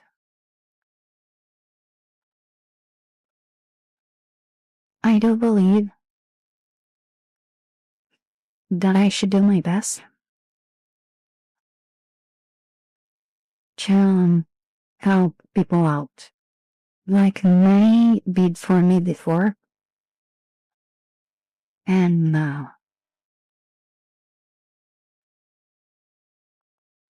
I want to give back what it has been given to me,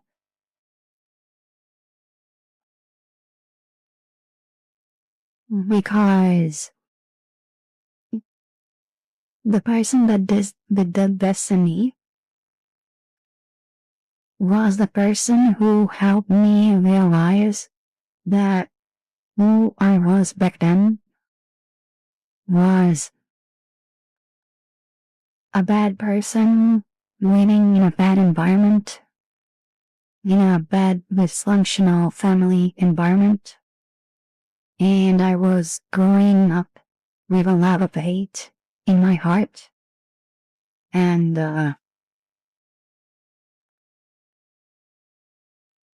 lying next to me and impulsivity didn't help. And they made me realize that what I was doing was wrong, and how I was behaving was wrong, and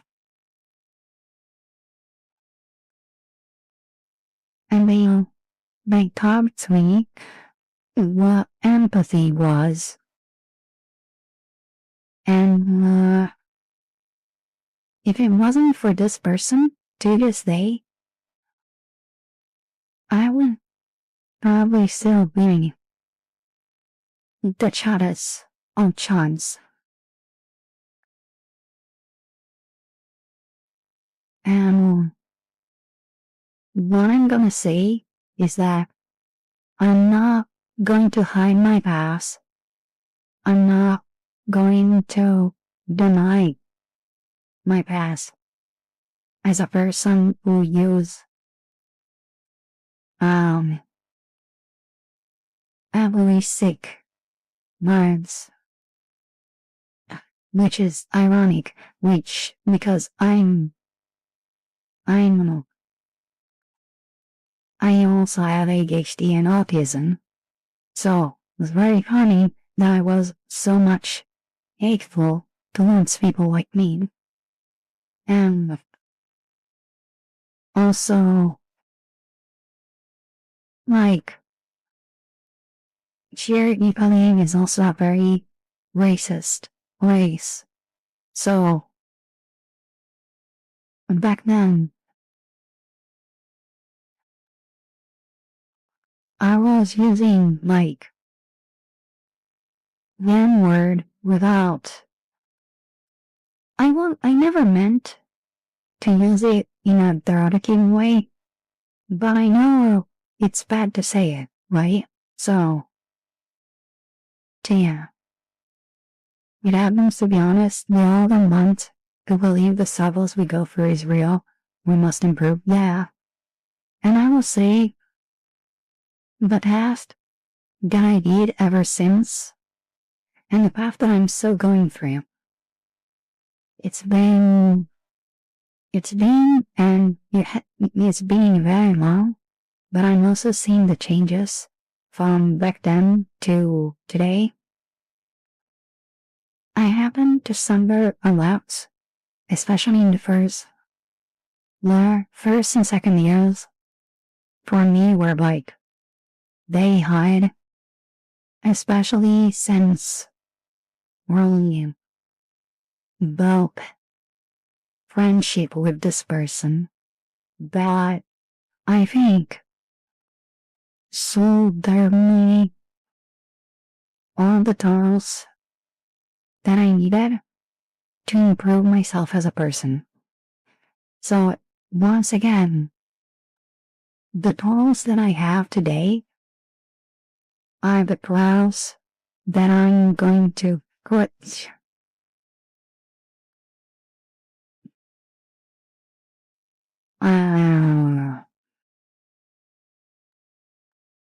as available for everyone to feel better whenever they need it. Wow. So if you want to look at me on Discord, I think I have my DMs calls, so you will have to be on a server with me in order to DM me. That is also like one of the safety settings that I could, because I do not want brokers or bots to message me with scabs or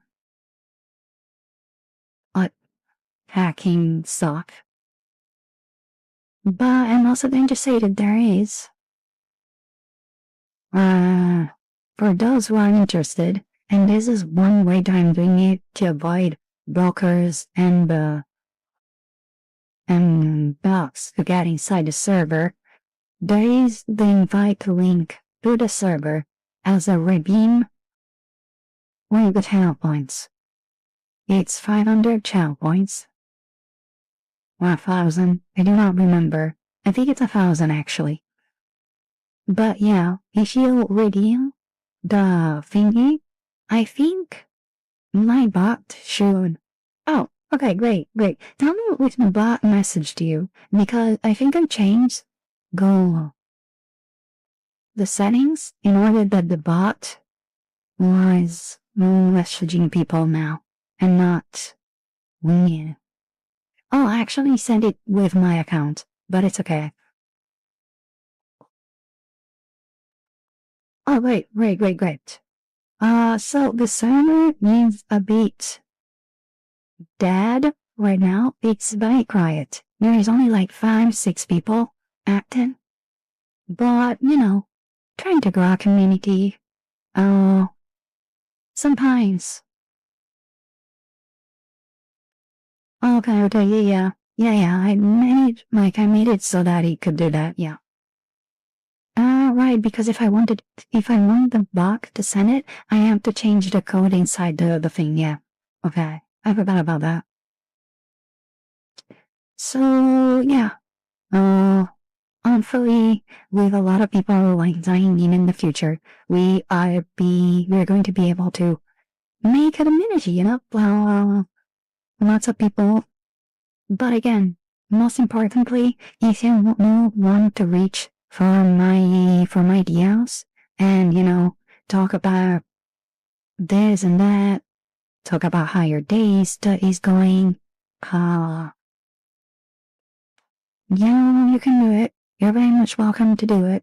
You just hold down. Again, I won't be able to offer any solution, but I can be there for you and let it, write it off. And if you want, another, tool that my friend gave me back then was write it all down. And then, once you're done, if you wrote it on a piece of paper, just rake it off. Tear it down into thousands of pieces, and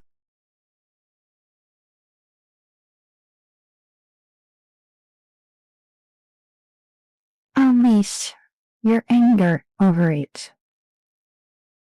Or just write a Discord message and delete it.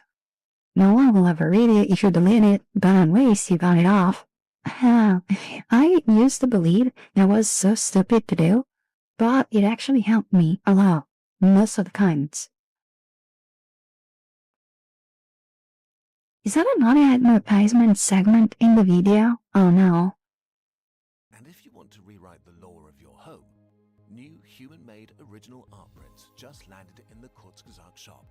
Choose a dramatic meteor shower, a tranquil lunar dreamscape, or a powerful volcanic eruption, or even better, all of them. Each print is created with bold neon colors and set in a matching fluorescent acrylic frame. The sturdy frame is designed to stand solo on your desk or hang on your wall with ease. And when the light hits it just right, it radiates vivid color into your room. Get yours now and literally brighten up your space. You want to listen to the beautiful soundtrack without my annoying voice? Well, it's up to you. Just select the audio track Interlingua down here and watch the video again as a music video.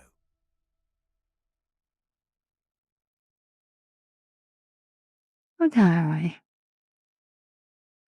Now, there was another video that we wanted to check, and that was what it's like to be killed by nature's most brutal predators. Yeah. There are kaijus with biological armor who spit acid, shoot living harpoons, and eat their victims alive. And yet, you've probably never heard of any of them. The unhinged super predators of the microworld. Let's go on a journey into the microworld and watch the monsters hunt from a safe distance. Down in the oceans and fresh water, from puddles to lakes, the world is an endless biotopia that stretches seemingly forever in all directions. In a single drop of seawater, there are about 1 million microbes and 10 million viruses. Here, What does that? drop of seawater, Say how many? 1 million microbes and 10 million.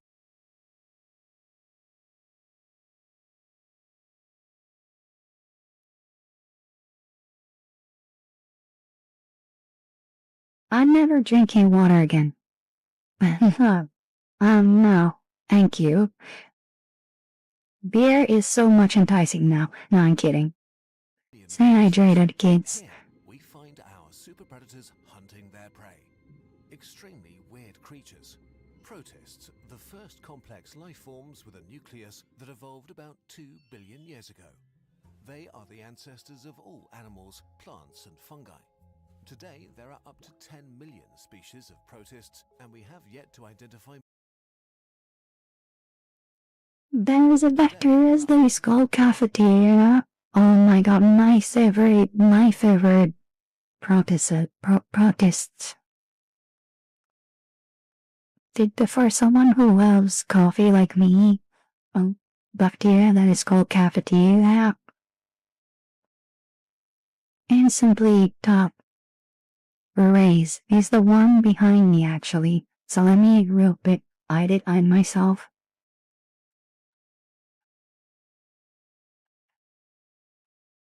Cafeteria. I wish I could make that up. I'm not.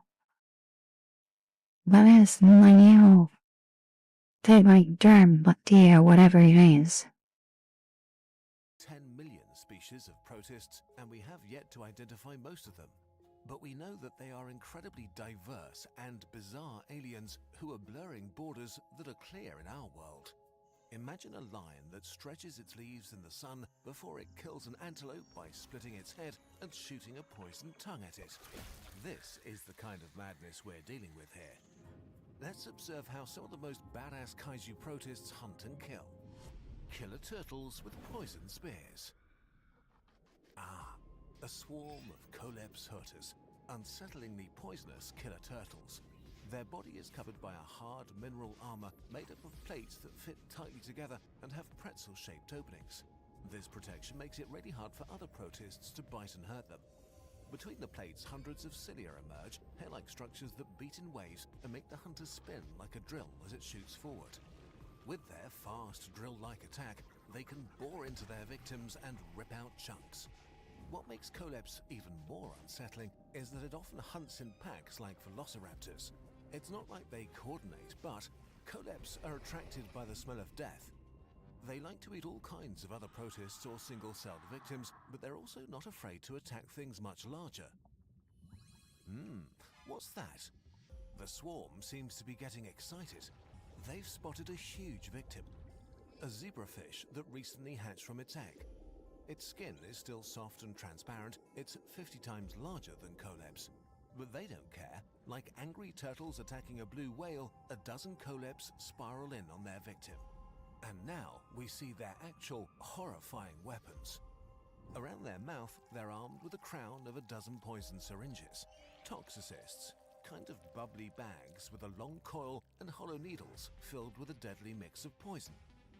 As the Coleps smash into the zebrafish, their syringes discharge explosively, piercing the soft skin of the zebrafish. A unique cocktail of 19 different chemicals is injected. They dissolve membranes, making cells burst open and causing gaping wounds in the skin of the tiny animal. Coleps drill into the dying tissue, boring and ripping out chunks. The zebrafish shudders frantically and desperately tries to get away, but the unhinged kaijus follow and attack over and over. And it gets worse. The chemical noise of the battle attracts more Coleps, and soon the tiny fish is hounded by hundreds of predators, shooting poison spears, drilling, devouring. Within an hour, the victim has been completely and utterly consumed. Okay, wow. We're truly lucky this part of nature is outside and tiny, and we're inside and large. Another one, please. There are enough invisible threats in our human world, like viruses online. NordVPN is our weapon of choice against these attackers. Go to nordvpn.com/Kurzgesagt to make sure malicious websites are blocked, web trackers stopped, and scam web shops identified. NordVPN's next-generation antivirus scans files during downloads, removes malware, and blocks ads automatically, and they warn you of scam calls before you answer. NordVPN also protects you during travel season by encrypting your connection when you connect to unknown Wi-Fi stations in hotels, airports, or cafes. You can choose from thousands of servers in 200. The best thing is that I don't even have money for buying a VPN. From abroad. You can also book hotels or rental cars more cheaply thanks to the price difference in different countries, regardless of whether you're surfing with a computer, tablet, or smartphone. NordVPN is compatible with all major platforms and can be used on 10 devices simultaneously. If you want to discover all the services NordVPN offers, go to nordvpn.com/Kurzgesagt to get 4 months extra on a 2-year plan. All risk-free with NordVPN's 30-day risk-free refund guarantee. Great, that's sorted. Back to tiny kaijus. Invading the Slime Glass Fortress. A small herd of a few billion cyanobacteria are feeding in the sunlight, minding their own business. They're one of the oldest organisms on Earth, producing oxygen for us all. They form filaments that are like green giraffe necks eating the sun, with a harder outside shell and soft inside. Together, many filaments create a fortress. They intertwine like threads and form a vast emerald carpet. To protect themselves, they vomit out a defensive slime that encases them in a defensive cocoon. See-through like glass, but strong, Wow, and durable. The fortress is secure, the that's gates are cool. closed. But one super predator doesn't care. You're about to witness an ongoing billion-year-old war between the organisms that gave Earth its atmosphere and the kaijus that eat them. Alright, little things. We'll have to do some picking out the bystander stuff. Alright, next few days. It's not choppy. What happens? It's like it's picking out something. Getting a bit muddy. Oh, I think on that is the fact that, yeah, I erased the computational thing. So probably delaying it just a bit more. It's gonna make it better. It's an in-between the way that I had before. So now it's better. For the video, yes, because unfortunately this keeps the, as you can see here, it's very long volume because I always forget to turn it on before I stream. Well, because I usually keep my speakers like very loud and then I adjust the volume from the volume speaker, from the volume slider. But whenever I'm doing reactions, I always forget to bring it off again. A group of Pseudomicrothorax dubius wants to get into the fortress and eat the And of course, thank you very much. inhabitants. They're small hunters like hairy squish slugs with tiny innocent-looking mouth holes. Their cilia flat automatically as they rapidly shoot through the water attacking the fortress. The Pseudomicrothorax throw themselves against it and try to penetrate the glassy wall, but get stuck. They're probing for weaknesses, trying to find an in or pull a living green thread out, but without luck. Finally, one of them discovers an in. A small weakness in the wall ripped by some larger creature. Now, all hell breaks loose. The kaijus push in, shredding the damaged defense like plastic wrap, their mouth rings bristling with excitement. The long bacteria try to escape, moving deeper into the fortress, but it's too late. I have voice a bit better now. Maybe there is signing software or whatever that can help you, so you don't have to worry about delay timing. That's okay. I really don't mind. I know people do sing streams and do not have to worry about delays. To be honest, well, I cannot sing. I used to sing, which is, but I'm not going to do singing streams. If anything, in the future, I might do, streams where I play an instrument if it's not like too late, or if I can stream in the morning or in the afternoon. My little delay when not dealing with a voice changer is not too bad. Like, consider that a low latency stream usually has something like 1 to 3 seconds of delay. So, like, not using a voice changer, it's kinda light. Very normal, you just go about your whatever you're going to do, and the delay doesn't really affect you. You still have time to react really fast to what you see, you know? Oh. It's just a very small delay on the stream encoding. So really, it's almost imperceptible. It's almost like while we're talking, while you know what you want to say, it's kind of like you're giving the other person who is reading the time to elaborate what you're saying. So, I think it's very natural. The predators waste no time and start sucking them in like living spaghetti. Their tiny mouth holes are rings made from 22 tiny arms pulling in. Now what? I wonder how me singing with the voice changer would sounds like.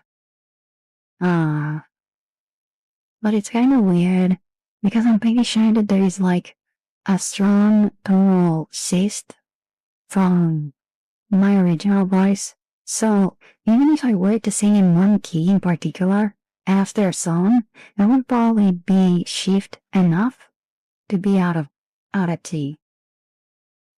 Whenever you have to do, so it ends up being the best for you and you sing poorly. Yeah, I'm one of those people who really wants to increase the same quality.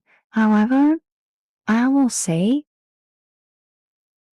that the voice changer, I think, as long as it doesn't make the string lag, I'm gonna keep using it. When I see that the string is gonna lag, I'm probably stopping the voice changer and go back to my voice. For example, if I have to play a game, for example, Hollow Knight, I don't know if it will be able to handle both the game and the voice changer. If that's the case, I will turn off the voice changer and just cope with my voice, I guess. Oh. But yeah. But it's a thing that I'm doing for my own health and mentality, because while it's true that I'm also procrastinating doing the VOD scripting for making clips and stuff to post on social medias, I'm also kind of reluctant to do that because it's not like I don't like to hear my voice. It's more than whenever I hear it, my dysphoria kicks in. Oh shoot. I clicked them. Thing by mistake. As I was saying, so, like it might have to add more delay so it ends up more clear, right? So, if so, then you get a timing software, I imagine. That's probably what Centrea uses. Only did look for text-to-speech, to text thingy. Unfortunately, those are now all paid subscription thingies. I have a friend though, girl, yes, probably going to give me their voice mod stuff because they don't use it. Maybe voice mod is gonna be a bit more easier on my PC. So we will see about that. Oh, they cannot do that because they do not remember the stuff they have. I'm just gonna stick with this, and if I know that there is a way to like delay the signal for some sources, I'm probably gonna make it so that those will be delayed just enough so that this whenever I'm talking and reacting to something on stream is gonna be on time, like at the same time in real life, you know?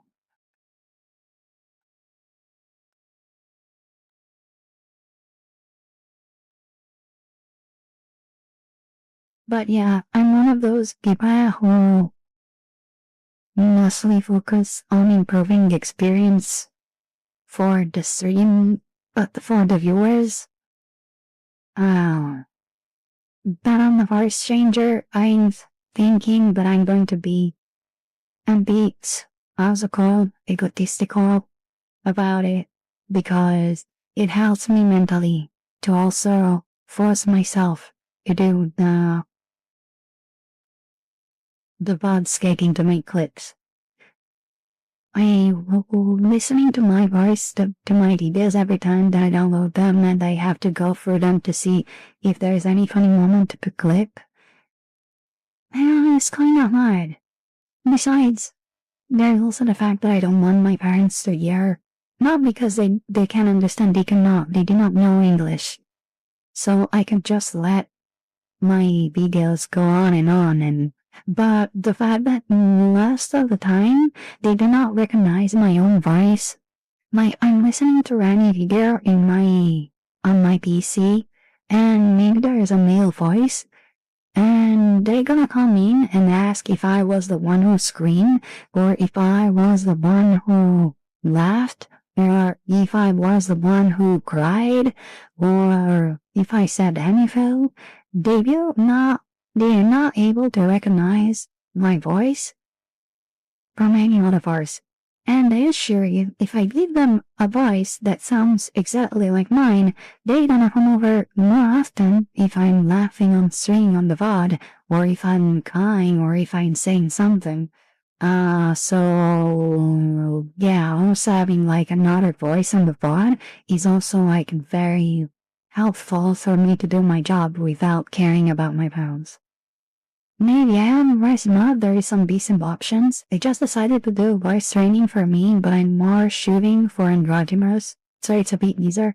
I really much want to do voice training too, but the fact that I'm still living with my parents, even if I were to do voice training and do streaming,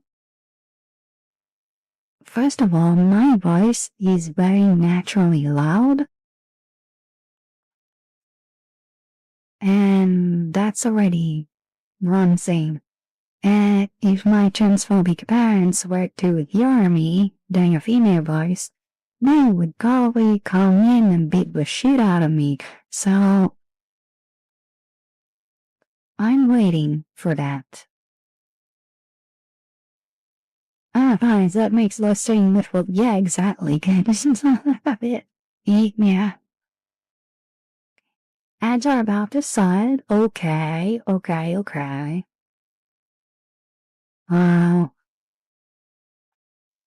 Meanwhile, this is the last sick of monster that I have.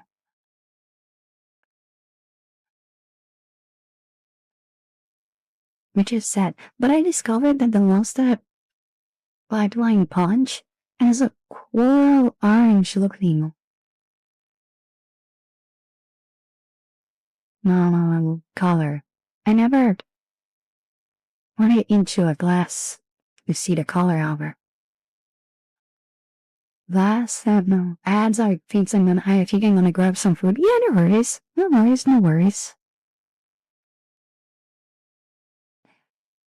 I'm gonna take my time for the ads to start, and we're gonna talk to the people.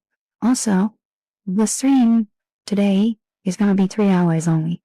Just, today, we had a lot of people and stopping by, and I'm satisfied with that. Oh, I'm gonna make it so that the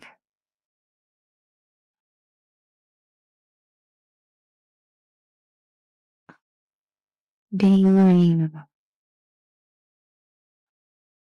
the stats of the stream are gonna be active, I'm not gonna sing maybe for a 4th hour where people maybe lost their attention and everything. So then the chat goes quiet. As long as someone interacting, then it's good. And then after the 3rd hour today, I'm gonna stop. Besides, it's really hot. Probably I want to rest a bit. Starting to wind down since it's gonna be 1 a.m. already. When in half an hour.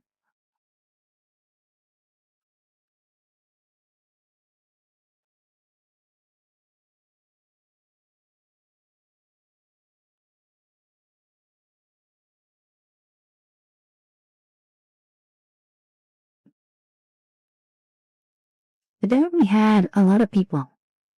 We had Cosmo, we had Diva, we had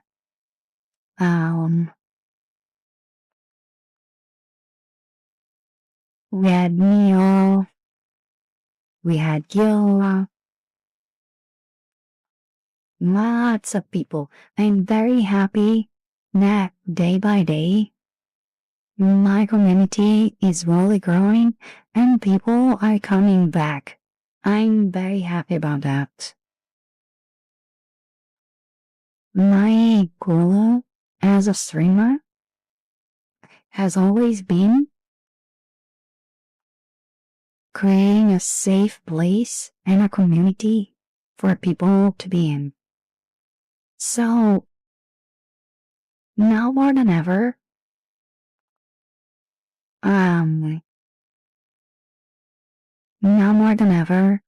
seeing my growth as a streamer started again with getting new people in the chat that enjoy to have my company and also having joined a VTuber group that now we're going to do collabs and stuff. I am very happy of all the people that I'm getting to know. Thanks to all my efforts. All my efforts to build a community, I do see them being paying off as I see people that now, maybe not often, because they also have a life, But even the fact that they are just stopping by in the chat, that is very valuable for me. And so for everyone who's still lurking, for everyone who is in the chat, for everyone who stopped by today and the other days as well, thank you very much from the bottom of my heart. You don't know how happy it's making me see that I have some people that care about what I do, about my desire to make a community that is safe for everyone. So yeah.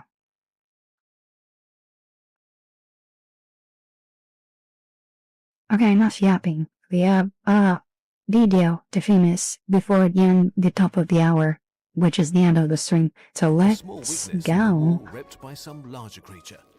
Now, all hell breaks loose. The kaijus push in, shredding the damaged defense like plastic wrap, their mouth rings bristling with excitement. The long bacteria try to escape, moving deeper into the fortress, but it's too late. The predators waste no time and start sucking them in like living spaghetti. Their tiny mouth holes are rings made from 22 tiny arms pulling in at a horrifying speed. Pseudomicrothorax doesn't have teeth, so instead it ejects hundreds of tiny vesicles filled with the equivalent of super aggressive stomach acid on the prey, turning them into soup as they fill up their entire bodies with their prey. Imagine a Soup. lion sucking up a whole giraffe and within a few seconds. Some pseudomicrothorax don't go for the ends but start sucking and dissolving bacteria in the middle, breaking their victims up and devouring them twice as fast, and a few predators suck on the same bacteria from both ends like they want to end up kissing. Once they've fed and filled with green gore, the kaijus calm down. Now the bacteria try to defend themselves, but it's a bit pathetic and slow. Thousands have died already. They begin to produce a stiff sheath at their ends. When a pseudomicrothorax begins to try to suck it up, the bacteria pulls itself away, it breaks off, and leaves its attacker hungry, as if our giraffe could lose its tail like a lizard to avoid the lion's bite. And they produce more slime trying to fix the holes in the fortress and push the attackers out. They'll be back tomorrow to storm the castle again. Okay, that was weird. More. The ballistic torpedo shark. This story begins with an environmental disaster. Alexandrium minutum. Protists hiding behind thick cellulose armor plates are taking over the warm waters near the coast. Within days, billions turn into quadrillions. A toxic algae bloom is clouding the water in rust-red curtains. Each of them is a chemical weapons factory vomiting saxitoxin, one of the most potent neurotoxins on Earth. Fish flee or die, shellfish That's store it inside crazy. and become incredibly dangerous for humans to eat. But this explosion is waking up our final monster that's waited out times of famine in the form of a spore. Now that prey is all around. Podocricus cafordiae, the mecha fusion kaiju, awakes. It's a merger of 4 individual semi-beings that act as one bigger cell and looks like a stack of fused macaroons with very disturbing filling. 8 flagella emerging from the grooves between them enable it to move quickly in all directions. Its favorite prey are other protists that cause toxic blooms, making it an accidental ally to humanity. And it turns out Podocricus is one of the fiercest super predators of the microworld, with a weapon of unprecedented power and complexity for a single cell. The Nemeticist Teniacist Complex, a double-barrel harpoon gun. It makes Podocricus a dominant and horrifying predator that packs a punch way above an animal of its size. So let's watch it hunt. Podocricus eerily behaves like a shark. Instead of just going for Alexandrium straight on, it begins to circle it, looping around it closer and closer as if it was sizing up its prey. Let's slow down time so we don't miss anything. Suddenly, Podocricus attacks. The upper part of its Nemeticist Teniacist complex discharges, its top explodes off, and a finger-like dart smashes into the hard shell of the Alexandrium. It ruptures and covers the prey in a layer of slime. Just a moment later, the second stage fires. A long Oh, coil no. with the sharp head unspools explosively, traversing the distance, pierces deep into the prey cell, and anchors itself firmly. Alexandrium desperately launches its defenses, crystalline trichocysts, hard little hedgehog spikes supposed to free itself, but to no avail. Podocricus is too powerful and hungry. Slowly, the line begins to retract, putting the victim into its now emerging mouthhole until its entire body is inside the monster, giving it a weird, bulky appearance. Now, trapped within, the prey is showered in acids that dissolve it alive as it powerlessly struggles to escape. Just as blood draws more sharks, more and more Podocricus awake or are attracted and begin killing so mercilessly that they actually contain and then reduce the toxic algae bloom. In the end, a balance is reached and the toxic spectacle ends. The kaijus that live deep down in the microworld are not good or evil, they're just life trying to survive a billion-year-long war that will only end when the sun burns our planet sterile. We're lucky enough to be large enough to not So, I guarantee I've read of well, not a theory, but like a huge possibility that when the sun will explode, Earth won't actually be burnt by the sun, but it will actually lose its orbit and will start to, go for a tangent away from the sun, which in my opinion is the best outcome. I don't want my body to be like still best, but it's still there. There will be like microparticles of dust. Oh, well, I want it to be there. I don't want it burnt. I know it's not like I don't like barbecue, but I prefer the chilling cold instead of the scorching heat. Be aware of it, but next time you go for a swim, remember, there's so much going on in a drop of water. On our new channel Night Shift, we're telling dark and novel stories from history that you might never have heard before. Same Kurzgesagt, different vibe. New style, hand-drawn and made with love by real birds. Here are some of our favourite moments.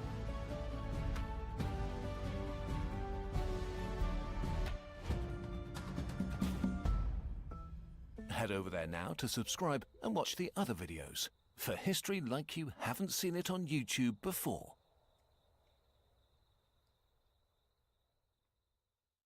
You want to listen to the beautiful soundtrack That was without a nice your own way. voice? Well, it's up to you. Just select the audio track Interlingua down here and watch the video again as a music video. Let's see. Oh, okay. It's a very cool option, by the way. It's not something that a lot of people might probably do. Anyway, we have like 15 more minutes before the scene is over. So, read one of arts. I guess I'm gonna watch a couple of shorts, not too many.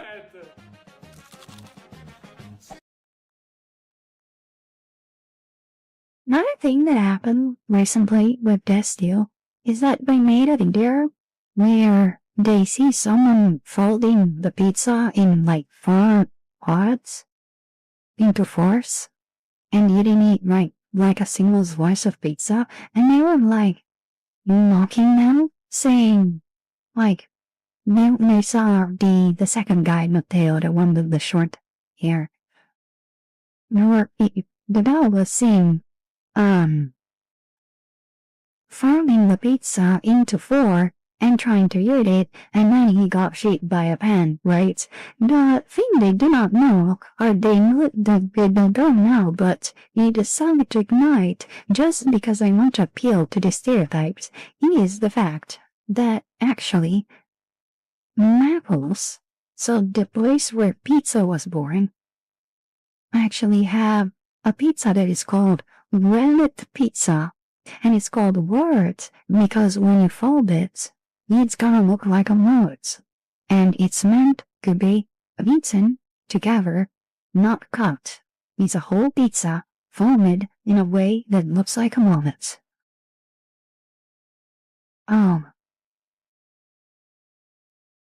And you're supposed to eat that while you are going around the city. You're not supposed to eat that sitting in a restaurant. You're supposed to eat it as sweet food. So, it's a thing that annoys me because they are deciding to ignore that Wallet pizza is a thing. And they're mocking people who are doing that just because they are not Italian. and they are feeding into the stereotype of the fact that is a thing they shouldn't do when it's a thing that we do ourselves. You understand why this too?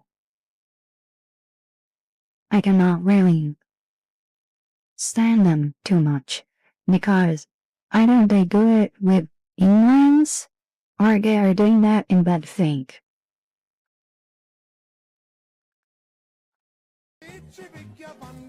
The fork and knife är fel så fancy, but it's wrong.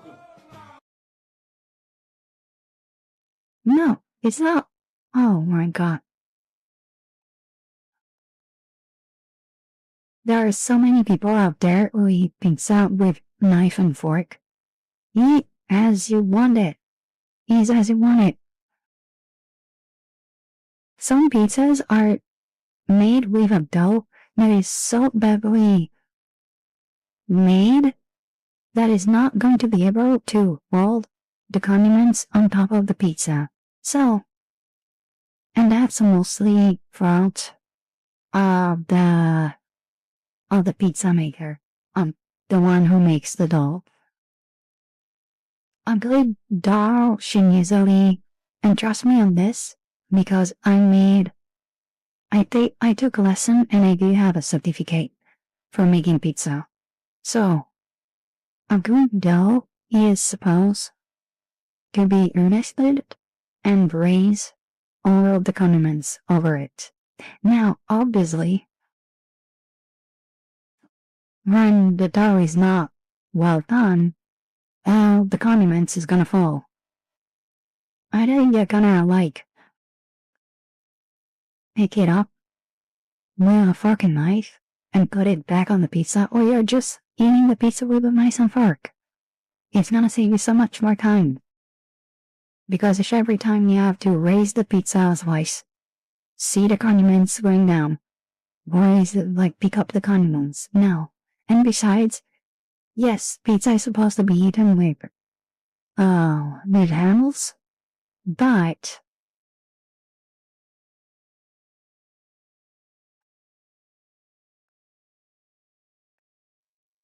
there's a lot of people who eat that without knife and fork, but without hands and just use knife and forks. That's okay. Especially in a restaurant, maybe you do want to be a bit more quiet. And I don't care. You will have to. Welcome back. Oh. So yeah.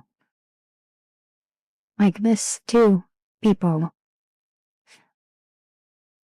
Again, I didn't bend says or ignorance. He's doing it right. No, but that's so wrong. Hi, chef. Chef, no, it's... Again, how I was saying, throwing it like that is not something that we do not do. It's something that in Naples, it's called pizza portafagno. It's called, pizza. It's meant to be eaten while walking and street food. So you can fold it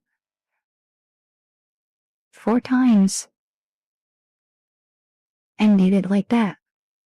Again, these people are being that safe or ignorant. Yeah, Anan.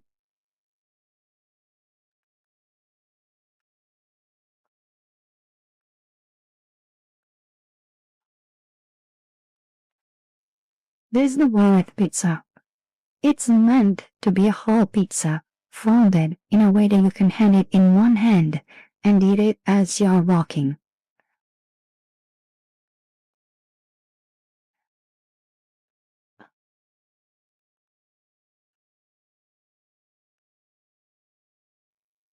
As you can see, there are many examples of this thing. And yet again, is what we're looking here.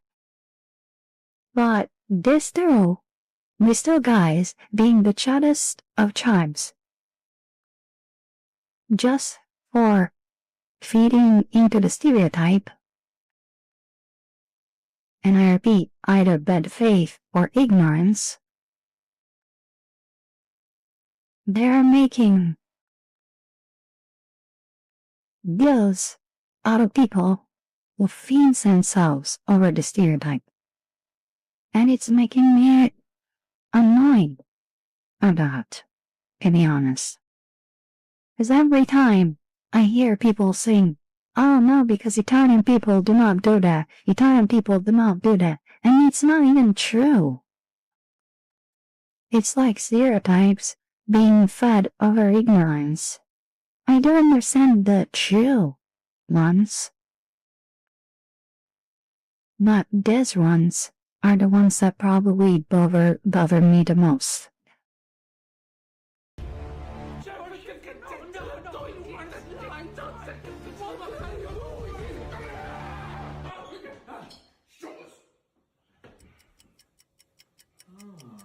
I did that. No, you shouldn't farm the slice like that. Oh my... Oh, I'm so mad right now. You shouldn't fold the slice like that. The slice should stay up by itself. That means that the pizza dough was made incorrectly. And thus, the fact that that is a margarita pizza, that means that it didn't even have any condiment to press on the dough. So the dough falling down is bad. So angry, yeah, I am. Sorry, but in my debut, I did say that stereotypes are probably one of the things that annoy me the most. And you know, and yeah, I did get quite seated over it. Don't tell us what to do. That was the best reaction they could have done. They could have had. Forgotten Italian classics? Where Italian cooking becomes more than just pasta and pizza. We love pasta and pizza. Let's see what you're gonna make. Today we're in Friuli discovering Frico Friulano, Never heard of it. a 3-ingredient mountain dish shared straight from the pan. Okay, then you start with potatoes and onions. It looks easy so far. But over time, families added onions You put everything together like an omelette. Do I need to use this? Not yet, let's see. and stayed local because it demands patience. Ah, now he's using the cheese. It actually looks really good. Some things we don't always give to food anymore, but if you make it This dish shouldn't be forgotten. It seems delicious. crispy edge can turn the simplest ingredient Does the shape reminds you of a pizza? Shh, don't tell him. Approved! You are forgetting the fact that most of these people who are watching this reel and the reel of the cooking are not Italian people. If they have Italian origins, they most likely do not know about Frico Friulano. So, forgotten, yes, and shouldn't be forgotten. It's not up to you to decide. Depends on how the tradition helps in their family. And if they know about it, first and foremost, because if they're not from Chile or from Italy and they know about it, you will probably forget. Steve, why are all the old ladies standing at their windows and balconies? Ah, because there have been some thieves lately. They're scared. No, they're watching. In southern Italy, old ladies are basically security cameras. No way. So have Miss Native Italians playing into stereotypes themselves? Yes. Yes, absolutely. And again, as I said, either bad faith or ignorance. Unfortunately.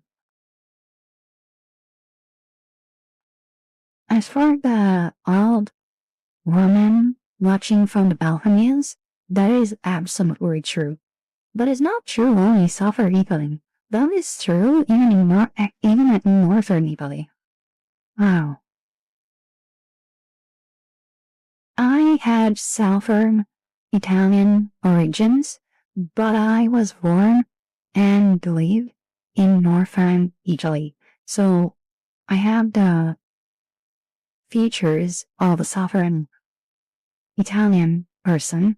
So my skin gets a very dark tan whenever I get tan. But like, I was born with like the both cultures, right? And I noticed that here where I live, which is North Italy, a lot of the old women do also watch from the balcony. It's not just Southern Italy. Unless they do act like security cameras mostly, because they see everything. There's nothing they do not know. The bad side of that coin is the fact that voices are gonna spread very fast. Looking through a piece of Italy, somehow I do often see the old lady on the balcony bits. So I guess it is Sudan way, yeah. See? My god, their eyes are red. Yeah, it's like infrared vision, so they can see in the dark. But, And they know everything about everyone. wow. Ghost and Yeah, I said that. They know everything about everyone, so voices are gonna spread very fast. Very fast if they see something they want to talk about. So consider Italy as a place where outside, before saying or doing anything, you have to think twice over it. See? Oh my god. And what about that one? That one, she hasn't moved at all. I think she's dead. Steve, why are all the old ladies standing at Also, another thing, Italy is one of those places where they do have a rap at folkloristic ghost stories, and it's probably like amazing. I'm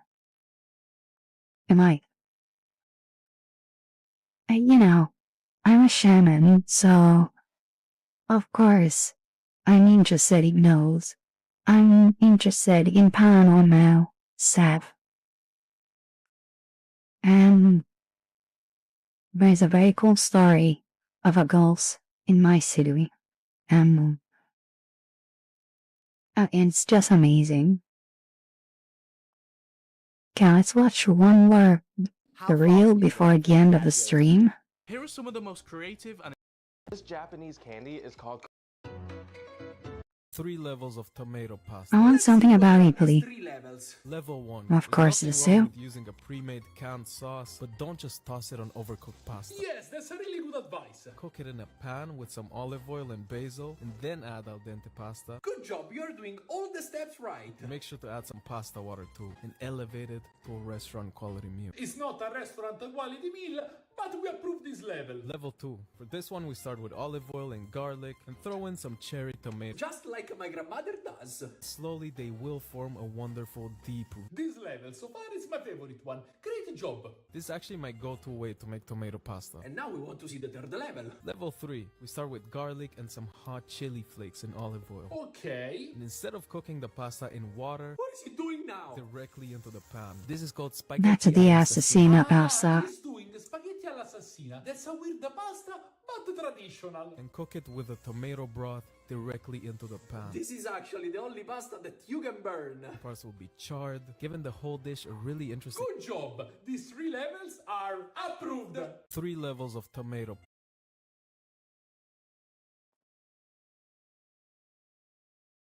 I mean, again, not really anything special.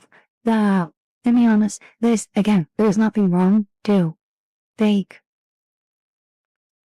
the pre-made sauces that are made specifically to putting on the pasta as soon as you're done because it's supposed to be quick. If anything, you can preheat it a bit so that you at least are gonna be guilty, but cooking pasta in the sauce is something I've never seen. Well, it's mostly this specific type of cooking. And besides, it requires many more steps that this video didn't show, and the guys didn't really talk about. Technically, you're supposed to make a broth of water and the tomato paste. Not even tomato sauce, tomato paste. Concentrate. all tomato paste. And you have to make a broth. So then on the skillet, right, which has to be a cast iron skillet, by the way. It does not have to be anything else. It has to be a cast iron skillet. Oh, you have to put the oil and the garlic, and as soon as possible, you want to remove the garlic because otherwise it will burn and it will give a strong taste to the pasta, so you want to remove that. Then you put the spaghetti, you spread them, but they have to be very spread. They don't have to overlay over each other.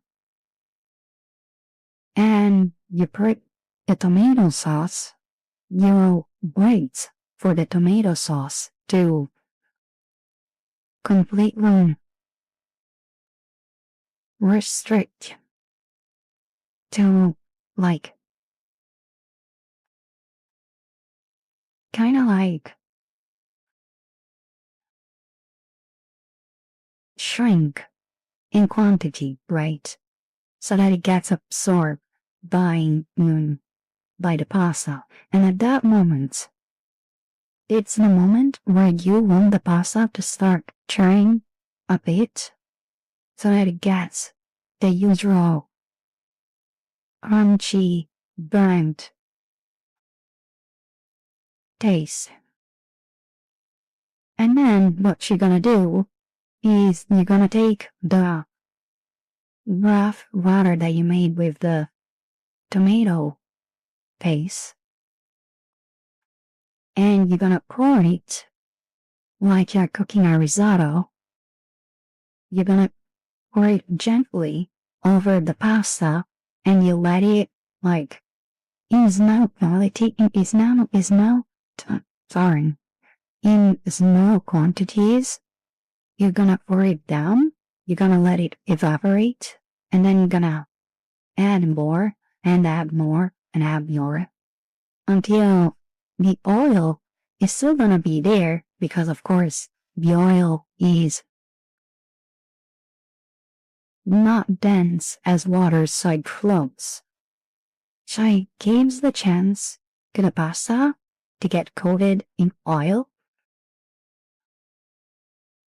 and also it gets cooked and absorbed by the pasta. So by the time that you are serving the pasta, the burnt parts that are like crunchy and tasty, and the soft parts that are like, tasty and love the pasta. And if you add more pepper on top of it, that's amazing. It's a pasta that I've learned. Obviously good, yeah, it's very long. It takes me, it's a thing that I learned to do like 2 years ago. It takes me about 30 to 40 minutes to prepare from scratch. But it's very tasty. It's very, very tasty. I do like cooking a lot. So consider this. I have a pizza maker certificate. I did work in a fish shop, so I know how to clean fish and cook it. And I like to cook a lot. And of course, pasta, different sauces and stuff. They're very fun to make. I don't cook a lot, but when I do, I'm having a lot of fun. So like, cooking is an amazing science procedure. And it has to be precise to the very last milligram. Wow. To obtain what you're trying to do, which is not easy. For example, pizza has to follow certain environment variables that even if you use the exact same percentages over the amount of flour that that you're using, if the temperature outside is a bit off from the optimal one, your whole pizza might as well fail if you don't treat it well. And it's something that is like mind-blowing. But randomly, it's time for me to go. So let's look for someone to raid.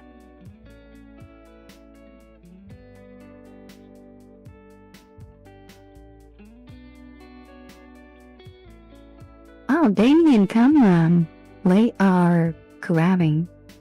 There's also Joel playing Silly and Granny in the Cat Simulator. Do we want to try and raid Joel? I'm glad I could be here. I'm glad you could be here, to be honest. Again, as I said, every time that someone keeps showing up in my stream, I'm very happy and fills my heart with joy knowing that people enjoy coming in and hopefully they will join, like, you know, more and more people inside the community. Anyway, let's see if we can rate Joel. If you do not know Joel Bites Helper Joel, he is one of the variety streamer. Oh, very famous from Vinesauce. Its main theme is, well, obviously, fecal funny. But yeah, let's see if we can raid them. Maybe we won't have enough people, or maybe their raids are blocked. But we're gonna try. So, /raid. Why? Scalivore. Yes, we can raid them. Oh, but okay. Huh. So thank you all for watching, guys. I'm gonna be heading you next time. Friday. But yeah, thank you for watching. Bye bye.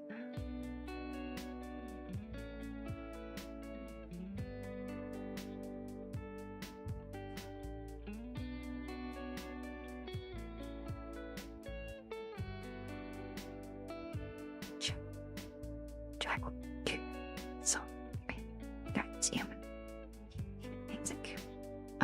Cannot